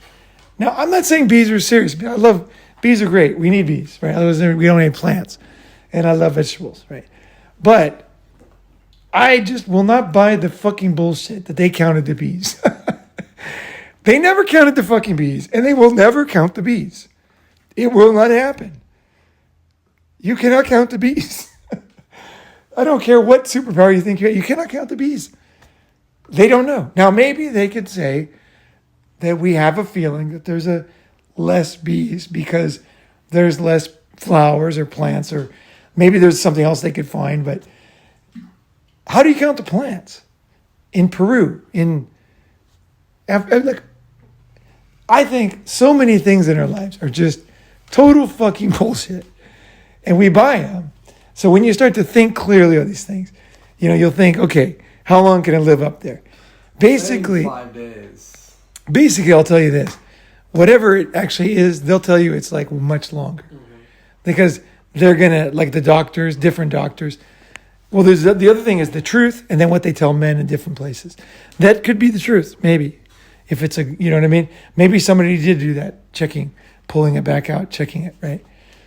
Possibly. But my guess is it's not very long.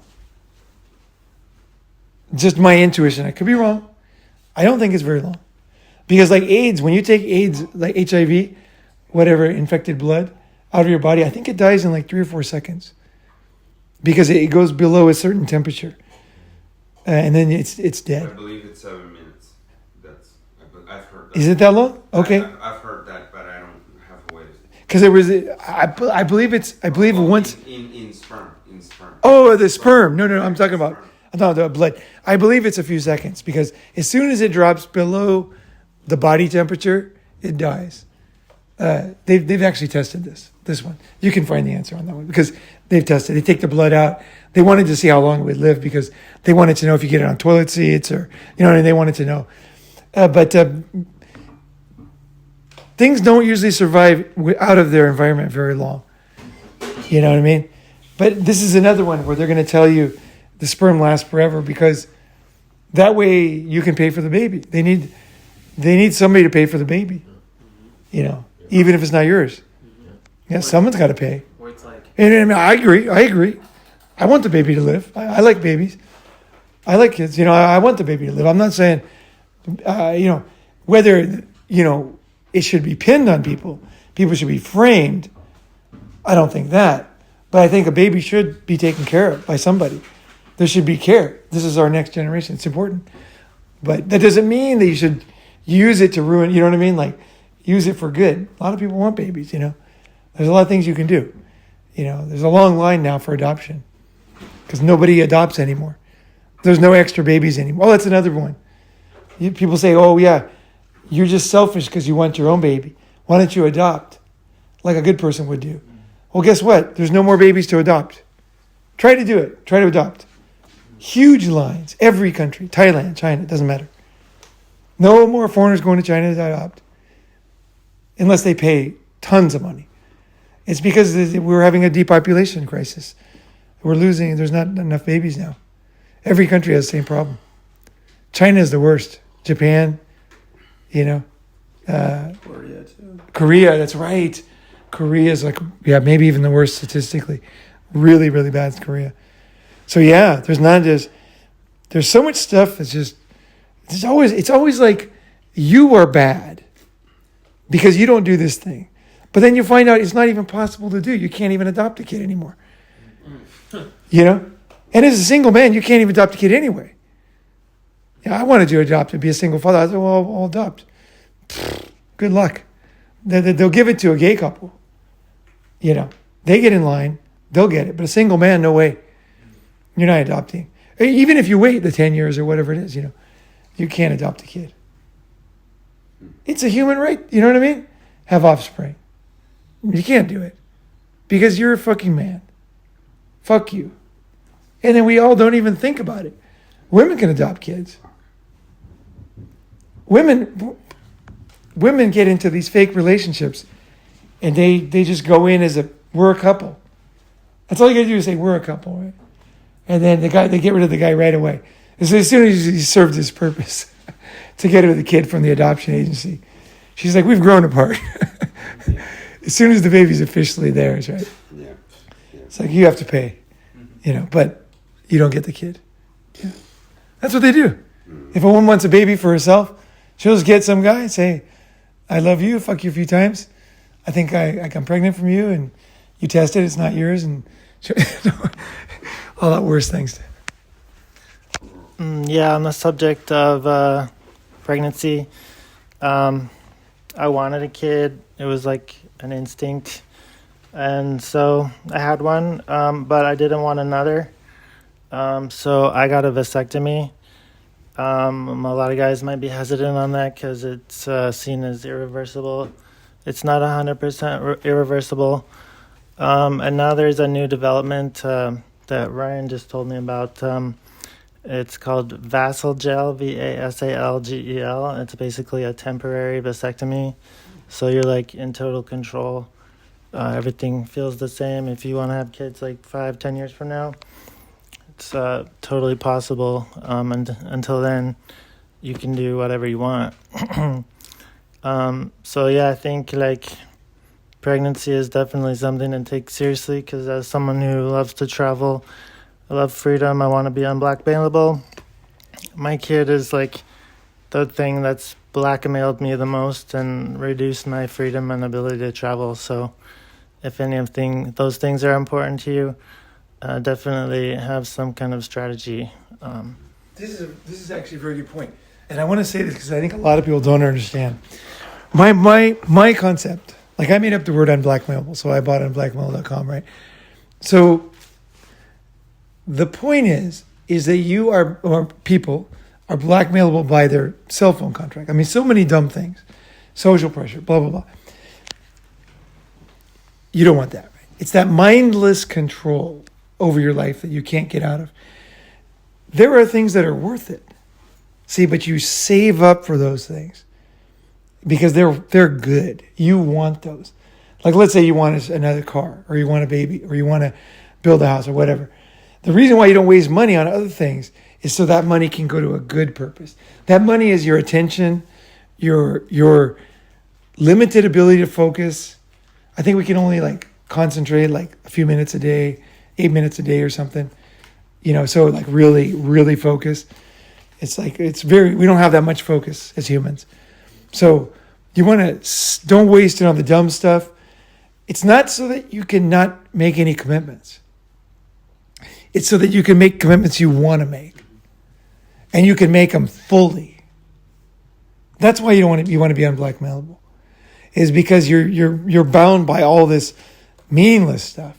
But then when you have something meaningful, you can't give your attention because you secretly have all this other stuff you're doing with your body and your life, and it makes it difficult. That's what people do. They basically never give their best to the things that they really want to do. So when you clean the room of any furniture, right? Then you come in and you bring something you really want, right? So that's the thing, is when you clean everything out that you don't want, you might find that's enjoyable for a while, and you might find that, you know what, there's this one thing that I want, and now I know I want it, and I'm going to go in that direction, and my life is clean, and that thing is going to get my best attention, whatever that thing is, the job, career, car, baby, travel, whatever it is, So that's the thing. Wow. That's the whole concept. That right there, that's like crazy good. That right there. Yeah, I agree. And like I said, I wanted to have a kid, and it's taken a lot of time and energy and money to put toward that, and I consider that worthwhile. If I could go back and do it differently, though, I would have had the kid in another country, because like in another country you can do it and not be blackmailed, but here in America you're also putting yourself into the child support system, the courts, and then so let's say you have a big child support bill due, and so then now it's difficult to go to a foreign country to live and make money, so you stay living here. Well, now you have to maybe work a job, so at that job they're going to know you have a kid and child support or whatever, so they can hold like more over your head and be like, work later, and so you find yourself blackmailed either by like the government or financial obligations. If I could go back and do it again, I would go to some country where the child support laws are not like they are here, and somewhere in Asia, even Africa, and it's also cheaper to raise a kid out there. So also you would not be stuck in that country if for whatever reason things changed and there was a problem, you could always just leave. So be really careful about having a kid intentionally or accidentally in America would be my strongest advice. Yeah, totally. I agree. We someone was saying where was it Max? Max was saying like how to have a kid somewhere else, and that we never got to that topic. We will. That's a good topic, actually. Yeah, I agree. This is not worth it. Fuck society. That's what I mean. Don't give babies to Western society. Fuck Western society. Yeah, they fucking turned on us. The courts are totally against us. There's no doubt about it. It's not just the family courts, the criminal courts. The whole prison system's all men. They're fucking evil. Fuck them all. Yeah. Okay. Who's next? Yeah. I think you gotta get that. You gotta see it straight. Right, like, I'm not married. I don't have kids. I don't have any of that. But I've been noticing Western society, just in general, has been built up in the way that, as a man, you can't have your own family here. And by family, I mean like a family where you have like brothers and sisters and cousins and like second cousins and third cousins all working together to look after the next generation and raise them up. God damn, that's good. Right. Dude. Maybe you could describe a little bit about a Thai family. 'Cause Yeah. Before I went there, I didn't even know that there was this other possibility since it's been totally eradicated from North America. Like the multi-generational family where everyone like works together. But To even raise the next multi-generational, generation. it's just he just says family. Yeah. That's what he thinks of One family. generation. A family is what he said. It's not a multi-generational. We don't have families, is what he's saying. Here it feels like everyone is their own unit. Like It's not a we're family. living in apartments, like not a family. Yeah. And you can't even have a fucking kid. Not to mention a family. But tell them about yourself because they don't know who you are, you know. Or Right. why you would think that. Like, why would you think, like, it was even hard to us to hear that's a family. Because we never heard that's family. None of our friends live with their grandparents. Does anybody live with your grandparents and your cousins? Like, nobody. Nobody even understands that's a family. That would be a weird situation here. Hey, what's a family? Tell us about that. Okay. So to me, what family is I have to go back and say what's not. Western society, it seems like, from what they write in current history, is that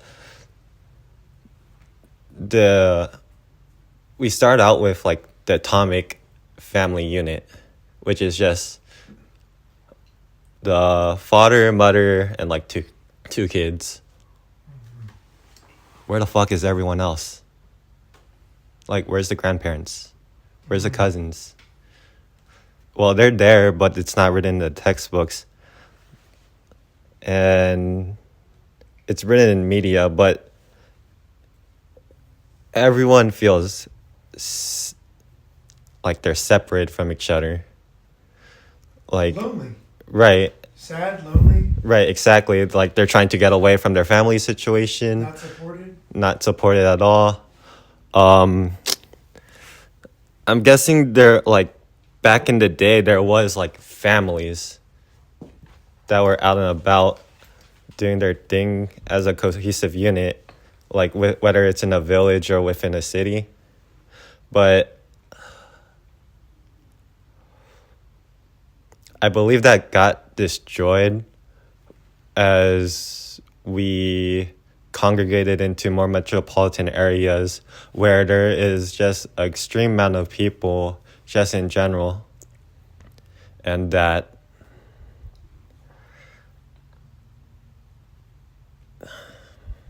I guess our primitive minds just sense that society will raise each other, But what is whether a it's good or family bad. to you? But Like, family to me yeah. would be like, like back in day, like have you been back to like Yeah. family back home? of course.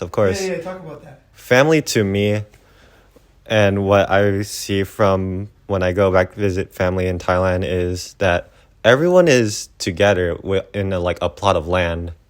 Okay. So like Physically together. yeah, they're physically together. Like my grandparents, my granduncles, my grandaunts, they're all there together.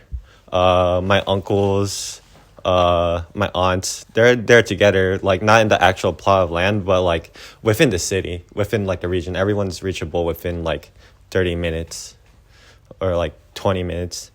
All the cousins and stuff, they're hanging out about, or they go like out to Bangkok to work, and then they come back and visit. But and all the children too, like all our nieces and nephews and stuff, like if they're not if like the mom isn't integrating into, or the father is not integrating with each other, like the two families that are separate aren't integrating to each other through the offspring, through our nephews and nieces and like children, then like that family is like kind of cut off. So They're not integrated the kids within have to to the play bigger together. family. Right, the kids play together, Two like families, yeah. right, exactly. Wait, well, not even that. It's more like the kids are the binders of two different families. Okay. And then like if one family, or if like let's say like a father is raising the kid in a manner within like a family that's separate from his home, and that family, the in-laws are not treating that kid well, the father will take the mother and the kid and just bring it back to his family. And it's like, you're getting raised with us. And then vice versa. And so, like, for example, like my cousin has a kid with a Muslim guy. And then, so she went off to go move into with his family, but because she's not Muslim, and then she eats pork and everything too, she can't integrate with that family. So then she would play it in a way where played it in a way where she got her kids and just moved back to our family instead. Right. Yeah. What did the husband do? They still see each other. Okay. They still see the kids. So he accepted it, and he comes back, and okay. Yeah. Yeah. Well, the father, it's based on like how the relationship flows really. Like if like, let's say the father and the mother like have a nasty fight and they just split. But if they try to work things out together, then it'll work out. Like, So the yeah, families, it'll work out. The families, even if they have, it's okay. But even if they have trouble, there's rules, right? Right, exactly. Yeah. Exactly. There's like boundaries to be respected. If there's anything like problems within the family, like let's say like one like, as bad as it sounds, like one kid's getting abused by like a set of parents, then like everyone within the family would fucking know like that's going on. And then like they'd either like talk about it to them, or like do like at least something Yeah. to like help the kid out. Stand up for the kid or whatever. Yeah, exactly. Right. Hmm. And it doesn't even extend by like bloodline too, it extends by friends. Because friends there are considered like cousins. Yeah, everybody's got a cousin, but Yeah, they're not everyone. cousins at that. Right, exactly. Yeah. So like when Yeah. when I say here is like, oh, my cousin, Yeah. it's like we're not even blood related, but it's like we're a cousin. Right. Yeah. Right. So the family is flexible, can grow Right. past blood. Right, exactly. As long as there's like the feeling of like of mutual affection or care, like mhm. Wow. Yeah. Yeah, I've seen how much of a better system it is for raising kids. Like out in the country, a lot of times, like the different family members might have different plots of lands nearby. And like I've seen like one daughter didn't get along with the mom, so she'd go and live with the husband at their whole family's property. But if like they had a problem, then they just move back. And the kids can be like passed around. The kids kind of like get raised by everyone. So if the mom needs to go to work or whatever, the kids are totally happy with grandma or that grandma. Like the grandmas, they want to have the kids. So as a dad or whatever, it's not like you're stressing out, have to be there every night after work and raise the kid. Like, there's always going to be someone there. Even in Bangkok, in downtown Bangkok, I've seen a building, and it looked like an apartment complex. It was like 10 stories tall, but it was something a little different about it. So I asked my friend, like, why is this like building look like this? It's not a normal apartment complex. And they said, oh, that's a family. They built that entire apartment complex, and they all live there together. I know that building. It's a rich. There's lots of them. There's lots of them. One rich family that lives near Soy 13 or something on Soy 13. It's kind of a funky, chunky, chalky building, like blocks. Yeah. There's a bunch. Yeah. It's just the idea that family stays together Yeah. applied to a large Downtown. city. Yeah. And money.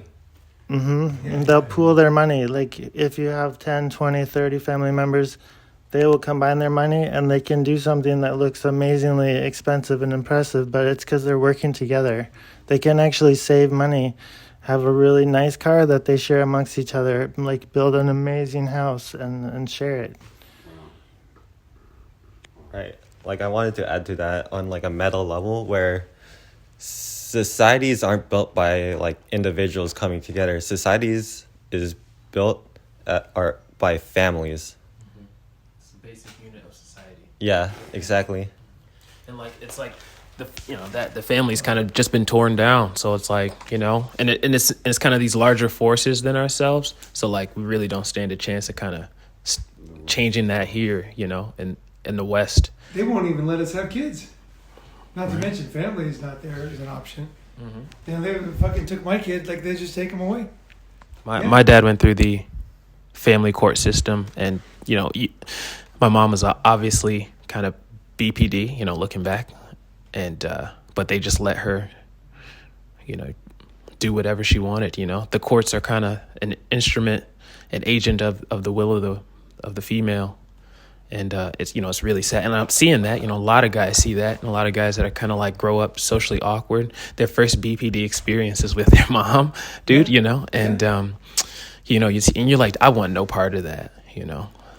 It's you see family as was it Jean-Paul Sartre? He has a line in No Exit. It's a play he wrote, and when you grow up with like a BPD family member, like parent, it's like hell is other people. And and you like, I want any part in family, just that negative association. And I think that's a big part of what we're seeing today, like the breakdown in society, is people are like, I want no part in family, because most people's family have some type of traumatic thing going on, and it's like the roots of that is like the liberation of these, the quote unquote liberation of these women being able to do whatever they want in the family system with no consequences. There's structure in Thailand to a family system. I bet people stay in line because there's social ostracization and things like that. Like it actually matters. Here there's nothing like that.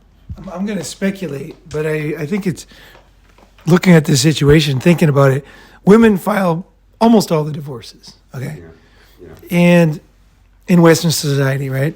Or in any society, India, doesn't matter. Okay, so women wreck homes, right? Men don't. Very rare. And even my friends the women who, the very few that the men did file for divorce, they admitted to me that they made him do it.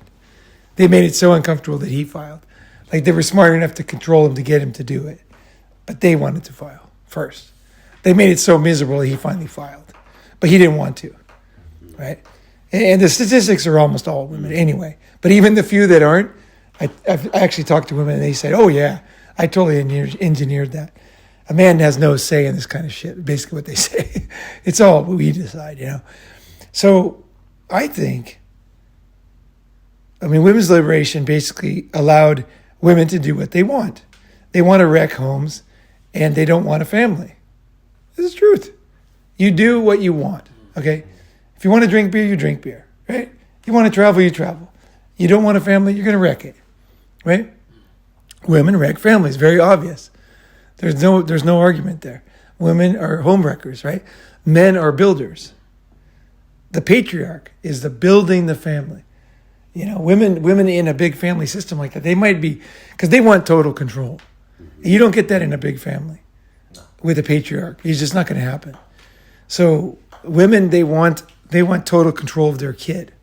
That's what we're looking at in the West. Basically, they want to be like, you know, Germany in the war with their concentration camp with their kid. And they don't want the man. They don't need the man. They just want the money, right? Government, man, doesn't matter. Men want family. Men want to build. Men want that kind of multi-generational thing. Men dig on that stuff, actually. And we're good at it, you know. And when in the old days when men had control or more power in society, there were healthy families. There were, you would say multi-generation, but Bing says family. Like there was family. But once women, there's no more family, right? So I think that is very interesting. Because I think women are all kind of unhappy in those things. But as long as the society keeps them in line, they'll stay married. But if the society doesn't keep them in line, they ain't going to stay married. They'll just break the family up just for a few dollars or for more time with the kid. Or even just to make the guy miserable. Or to get the house. This is the sad reality. Any woman listening, you got to wake up quick. This is the truth, what women are doing. And men want family. Men want it. They want that, you know. And I think we probably always did. I mean, it's not perfect because part of us wants to go to the strip club with boys, and you know, there's that side of us, right? But in reality, what we really want, what guys really want, is they want to have offspring, have a family. You know, everybody's around. I always wanted that. I always wanted to like Brady Bunch type thing, right? I was like, that would be great, you know, when I was growing up. You know, and I see the Muslim family is a big family, you know, and that's great, you know. If it fills a man's, you know, final years and all that, right? It's a good thing, right? But the thing is that, like, if you're the patriarch within your family, it's not freeing. You have like a bunch of obligations. It's tons of obligations, but ask any patriarch, and at the high level of men, the more you put on their back, the happier they are. They are. They know they can do it. They want to do it.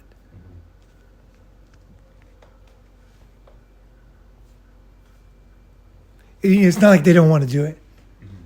Men want to do it. Yeah, and then weak men are afraid, and young men don't know that they're strong yet, so they think they're going to be weak. But then when the burden is there, the man is totally fine with it, and he grows into it. It's part of the maturing of the man, masculine, you know. And of course that can be abused. I'm not saying that's in all situations it works out perfect, but in general, like men, they understand someone's got to do it. The buck's got to stop somewhere, right? And he's going to make sure the fucking food's on the table, right? You know, the house is protected and all that, right?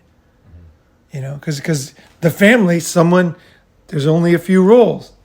He's got to make sure that thing is safe and secure and working and going forward, right? That's the man's role. So the one to guide. Like from hearing this, and then I realized like you're the man, and then by being the man, you guide your family through the chaos of life. Because society shifts. Yeah, that's what I always tell girls. If a girl's ever saying something to me, is like if I'm with a girl, and she says she doesn't like this or she doesn't like that, I just say, look, I'm the kind of guy who I'm in the front of my ship and I'm taking it through the waves. I'm going to do that no matter what. You know what I mean? Like most men can't do that. So what the fuck do you want? You know what I mean? I'm not perfect, but I can do that. The girls are stoked. I mean, of course, they want to change you anyway, but they realize they can't, and they like that. Yeah, because they need that. They want that, right? Yeah, you just tell them anytime they're not. If you don't want a guy like that, like if you're looking for a guy who's going to cower in the back and let you drive the ship, you know what I mean? Or run it aground, or jump off the side. If that's what you want, because it seems like that's what you're asking for, I think you should go get it. Because there's a lot of men like that would be happy to do that. To be part of it when it's fun and then jump out. I'm not that type. But, I'm not perfect either, but I'm the type that's going to continue on, right? You tell girls these kind of things and they think, and they're like, all right. And, they'll let the small stuff go, right? Because you're facing it with reality. I mean, you got to be the man who can do that, to say that. But once you realize you say it to a woman, it has a very powerful effect. They're like, that's what I want, And you're putting down you're drawing a line there. Like if you keep talking shit, I'm going to go be the man, somebody else on my ship. You're on my ship now, but you ain't going to be much longer if you keep talking like that. Because I'm doing this, and I don't want somebody distracting me, right? And taking me away from what I'm doing, right? So it's a very powerful message. The girls are like, all right. If they do leave you, it's when they really are sure they're going to leave, because they start letting go of the small stuff. A lot of the reason why guys get badgered to death is they don't do that. And so then the woman just gets very insecure, and the man doesn't tell her the way it is. With him, it's not that he's not telling her to act. He's like, it's like, there's like room for one on the ship. So, you know what I mean? It's like, I don't need, No, pretty much what I was going to say. We all have roles and responsibilities as men, and so do women if they want to be with us. But they don't want to. They want the role, or they want the. I guess it comes with accolades, or but it comes with responsibility and accountability, and they don't want that. They just want to have let's move up here. I'm already in this position, but yeah, of course. But it comes with responsibility and accountability. You mess up or you make mistakes, you own it and you try to fix it, and that's what they don't want. For the most part. But as men, I mean, that's what we have. We do our part, and and like you said, either you're with me, or you support me, or you don't. Get out of the way. But you have your part as well too. So I'm gonna do this, and you follow me, and if not, get off my ship. Yeah. So the ship is gonna keep going. And there's somebody else another woman would probably appreciate it. Even if not, the ship's still gonna keep going. Ride with me or get off. So.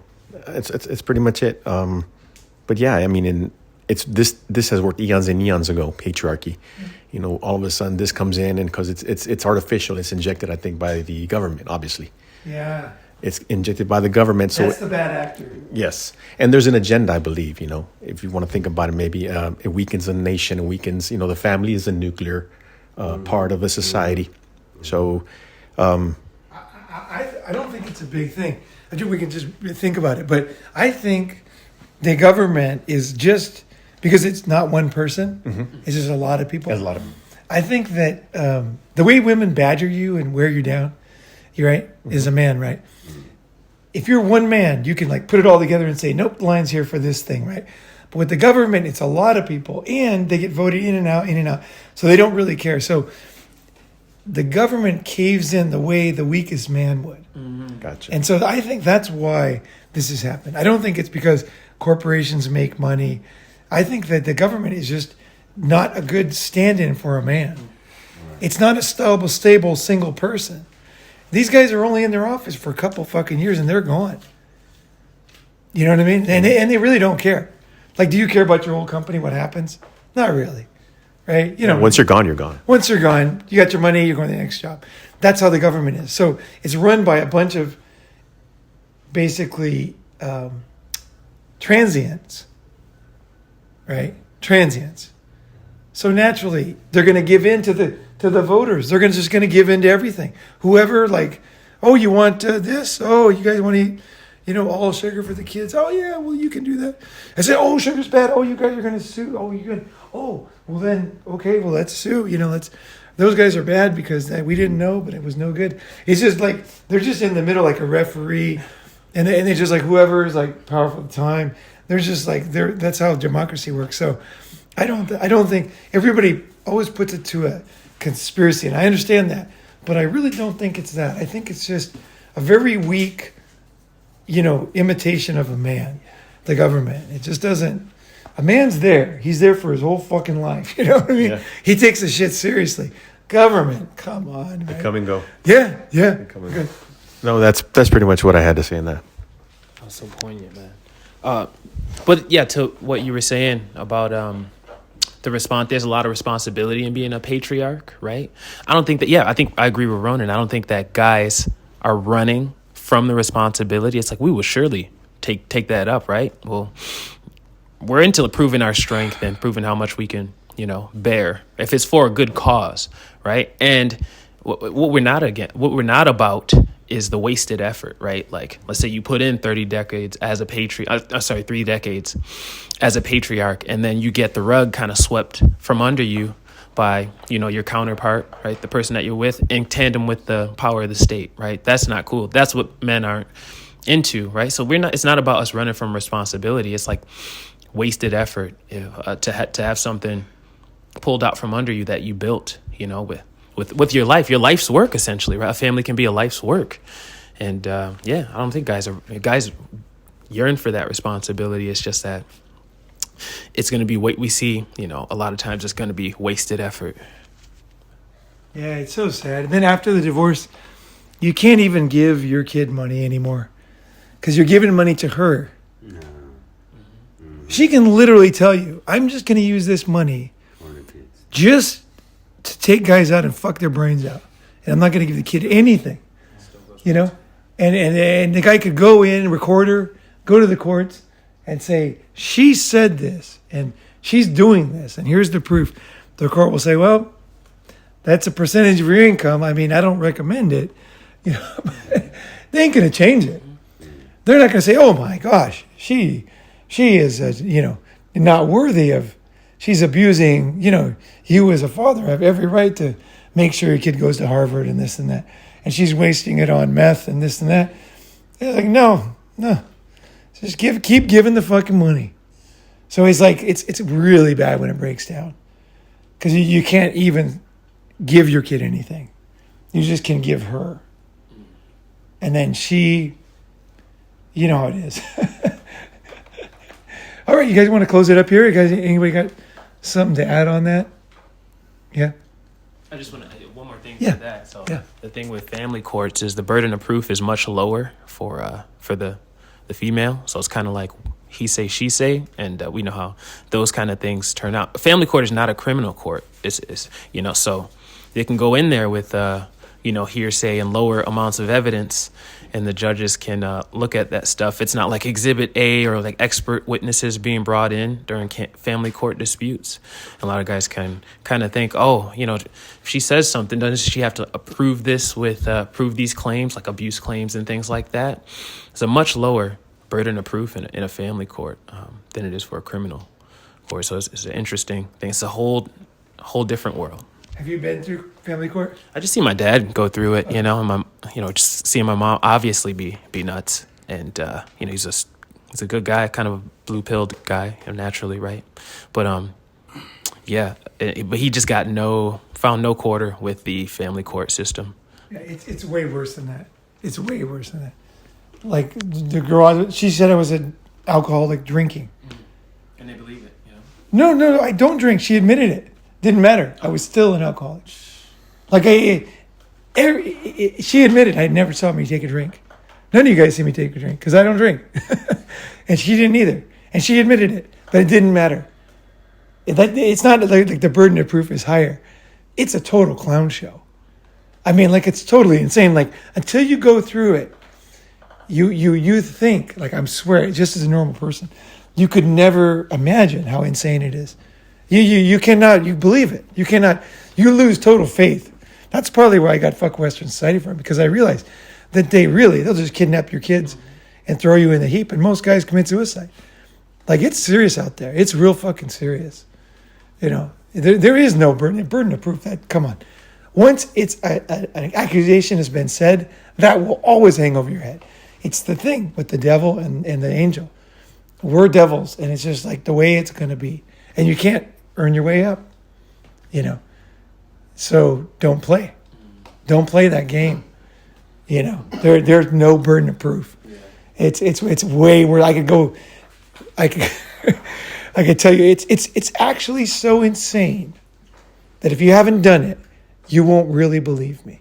Even though you're my friend and everything, you won't really believe me, because until you see it, it's so unbelievably stupid and clown show. You cannot believe it. You're like, it cannot be this crazy.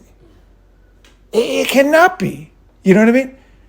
And then when you go through it, like every guy's like, he tells another guy who's gone through it. No guy has gone through it.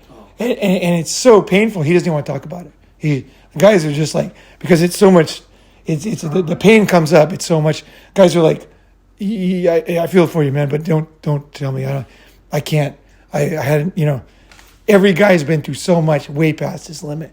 So he can't even a guy who knows. Most people don't know, but the ones that do, it's like some guy who's been through some really traumatic war or something. Like, he just doesn't want to talk about it because it's just unearthing things that he can't control. And he could die of a heart attack or something, like a stroke or something. Like, it's really, really serious. So guys don't even want to go to that part, because it's just like, there's no point, because you can only take so much.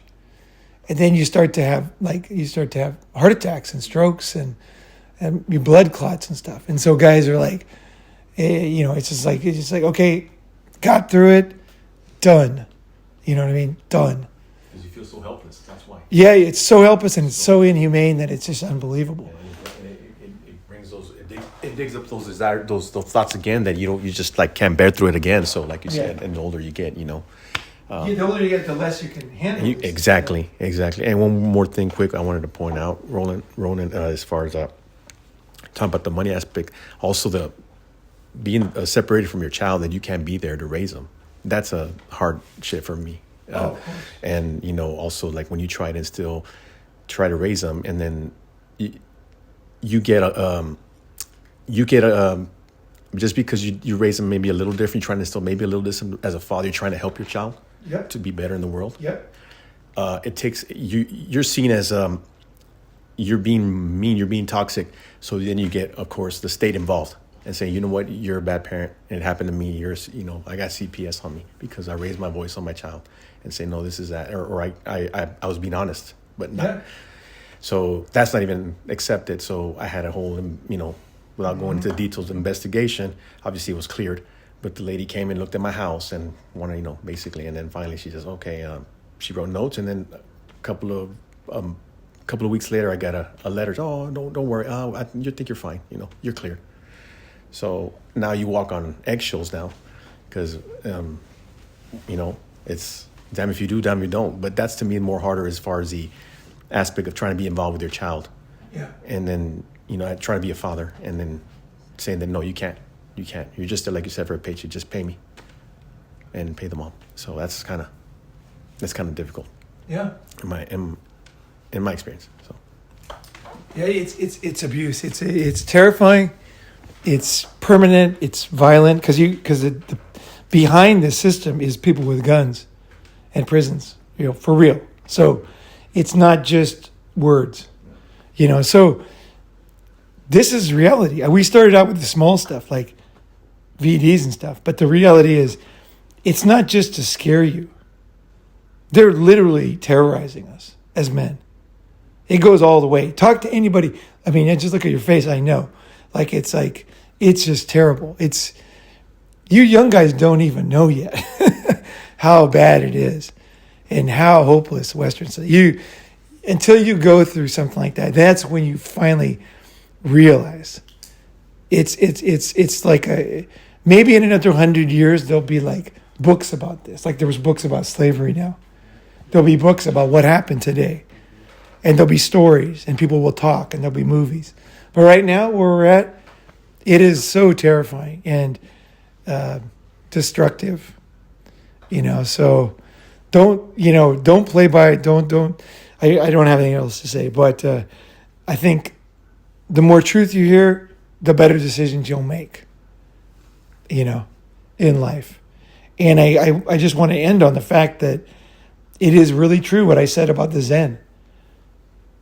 Once you let go of stuff and walk away, you become a free man. And that is an amazing thing. It doesn't sound like, it sounds like I'm kind of spinning this in the end. But it's like all that pain, all that, it's like when you walk away, when you really walk away, you just don't care and you're free. Give up. Yeah. Just give up now on America ever improving in your lifetime. That's going to be so freeing for what you're thinking about. Like, just give up now. Go find the best place for you in the world that works for you now. And just give up on America. Yeah. No. In any country that's taken on the same, like the UK or whatever, France. Canada. Yeah, it's the same thing. I totally agree with that. And you can still visit and do things and make money if you want. But, if you make money here, that's fine. But you can't.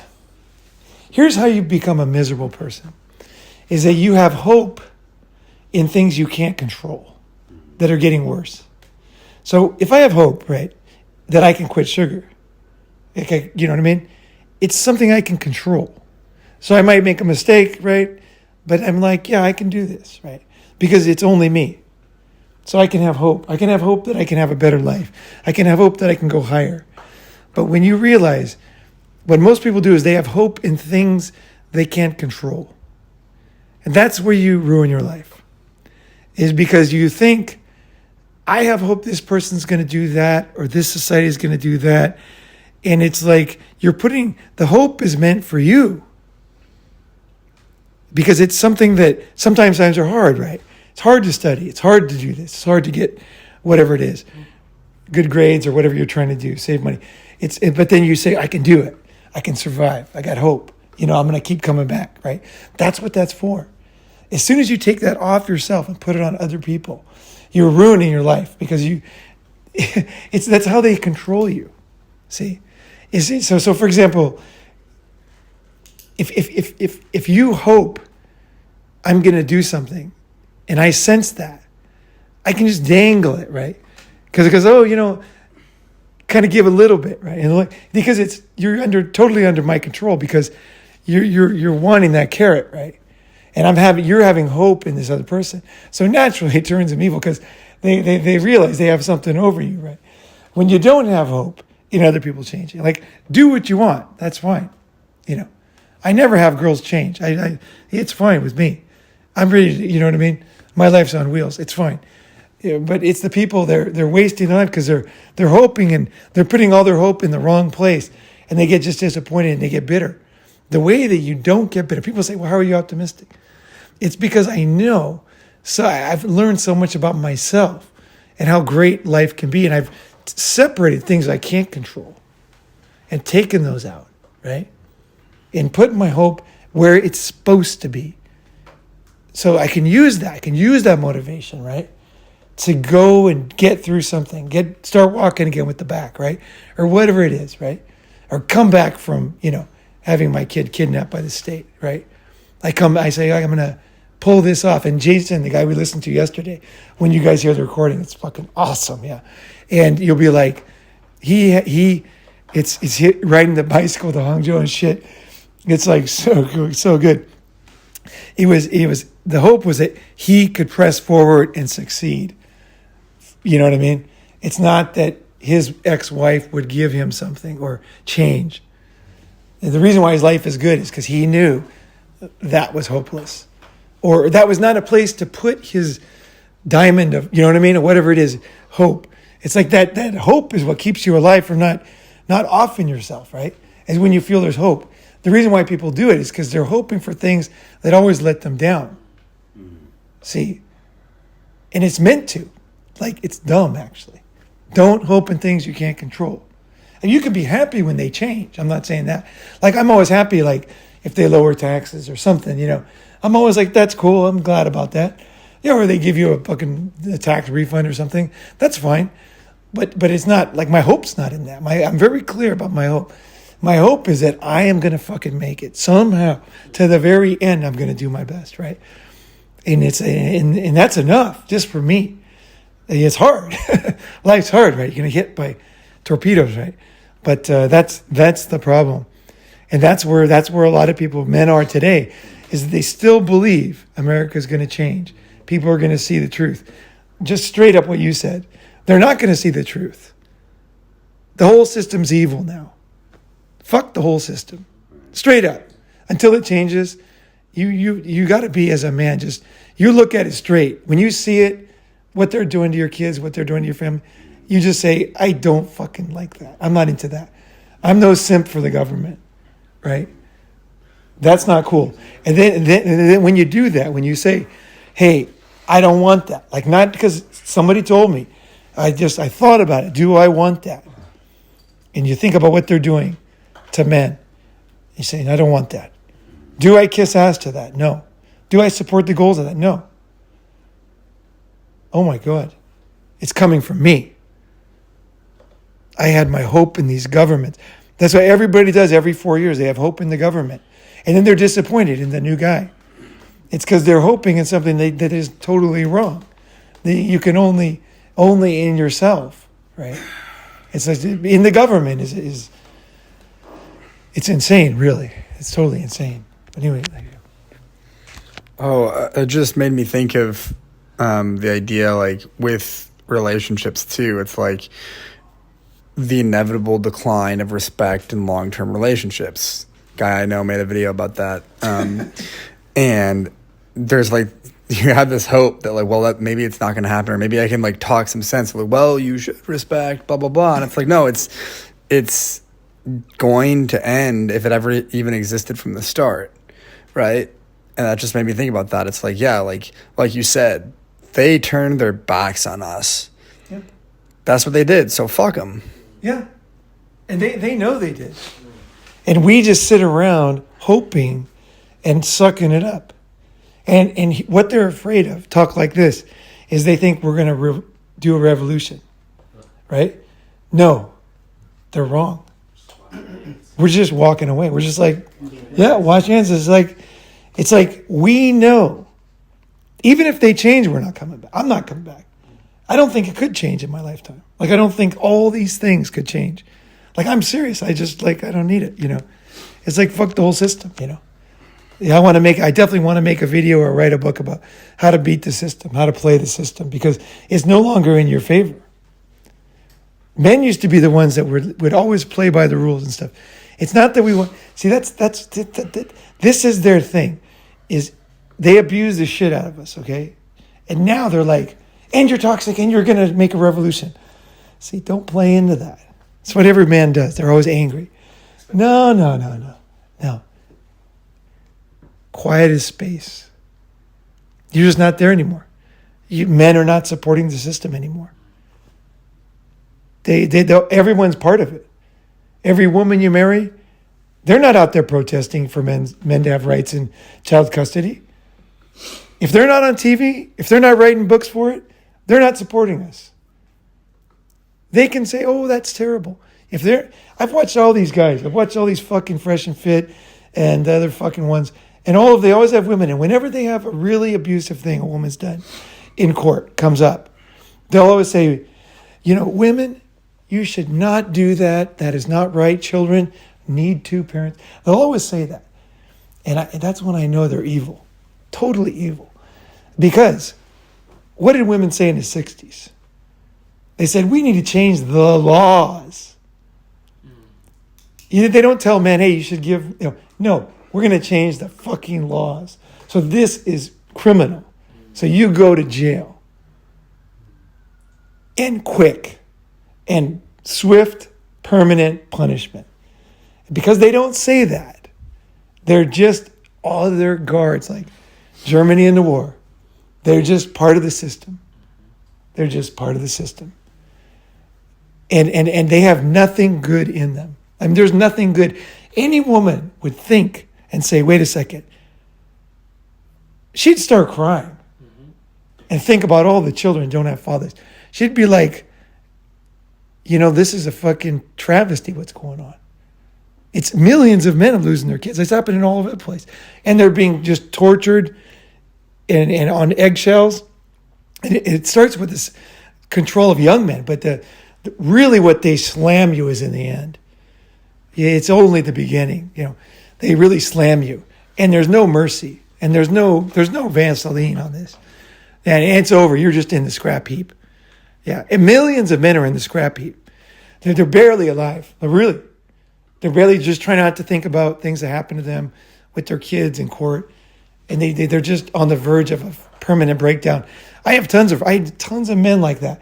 And then you just start talking about, there's like, no, just don't, can't do that, and it's because it's just so painful. And so anybody who doesn't stand up and say, we need laws and they need to go to prison now. And I know somebody who did it, and I'm going to call the police and tell them about her, because that's not fucking right. Kids are losing their fathers. Never, not one woman in the world has ever said that. Think about it. Have you ever heard that? A woman just break down, sobbing for the children, for the men. Nothing. They don't give a fuck. They're part of the system. They act all nice. Everything's nice. Wedding, everything's great. I'm not like that. Straight to fucking court. And there's the system. Now, there are a few women, it's very rare actually, who do not ruin a guy's life in family courts. And so you say, oh, that's great. We should believe in the system. No. Because any minute they want to change their mind, they could. Would you accept a system? Would you accept a system where anybody so some guy is a death row guy. He's done crimes like crazy. He deserves death penalty. And then a policeman has to arrest him, gives him to another sheriff in the jail. That guy puts him in another cell to another guy, to another guy, to another guy. He gets transferred. A judge does this. There's all these people in the system, right? If any of those people could let him out of jail and not be penalized, would you accept that criminal justice? So he goes through, let's say, 100 hands. And anybody along the way who just decides, hey, don't worry about it, buddy. Just get out, Hey, you just let him go. Would you accept that system? No, because the system has to be together, ironclad. It's all based on that. It's like the system doesn't work. It's not built for us as men. So even if there's one nice woman who is good to her husband, and there are a few, but you can't, you know what I mean? You can't base your life on this gambling of the fucking, it's like, no, if anybody cared, they would be standing up right now, screaming at the Supreme Court right now. For decades, they should be there. Literally, for decades. Where's the noise? Where's the women fighting for the men falsely accused? Happens all the time. Happened to me. Happens in every family court. They say it's rare. Any guy who's been in family court has been falsely accused. I will almost say that point blank. The lawyers tell them to do it. They tell them to, it would be easier to get the kids if you tell the courts that he's abusive. Yeah. That was even written on a family law lawyer in Las Vegas. I used to be part of this Facebook group. It was called, I think it was called War. Yeah, it was like, there was men who basically had been screwed over by the family courts in Las Vegas and Nevada, supposedly the best place for men, right, where I was. And they were just, the stories are just terrible, right? And they had screenshots of the law firm that recommended in their website to falsely accuse him. They didn't say falsely. They said just make up stuff, basically just to put him on edge. And just to make, it was standard procedure. And of course, that got taken by the group of men and they publicized it. And then, of course, they took it down. But that is what they do. That is a standard thing. Like, it's like, I just can't even, you guys got to know it's way worse. It is way worse than you think. Maybe 1,000, 1,000,000 times worse, you know. And here's the problem, is most people are not educated. Most women haven't gone through family court as a man, obviously. Most men have not gone through family court. I don't know what percentage, let's say 30% of men or something, right? And, you know, so we have uneducated people everywhere. And it's like, Sean got his window broken in, right? I had never seen that. So I was telling him, you don't have to worry about that. But he did have to worry about that. But it was just because my own experience, I hadn't seen it. So, you know, I've been up here a lot. You know, it was Christmas. Maybe we parked in the wrong way. You know, I'm not saying it's like some people say. I'm just saying, like, you have to worry about it. You have to think about it. Someone might break into your car here, right? But see, because I hadn't experienced that, my vision was, I was pretty sure of myself, of how it was here, right? And you learn slowly, if you're smart and listen, you might learn about life. But most people don't want to listen, and they're not smart, and they don't hear the stories. And so they just believe whatever they want to believe. And that's why the system will never change. It's because the only way the system will change, and I think it will, I think the system always changes, but it will be in 1 or 2 generations later.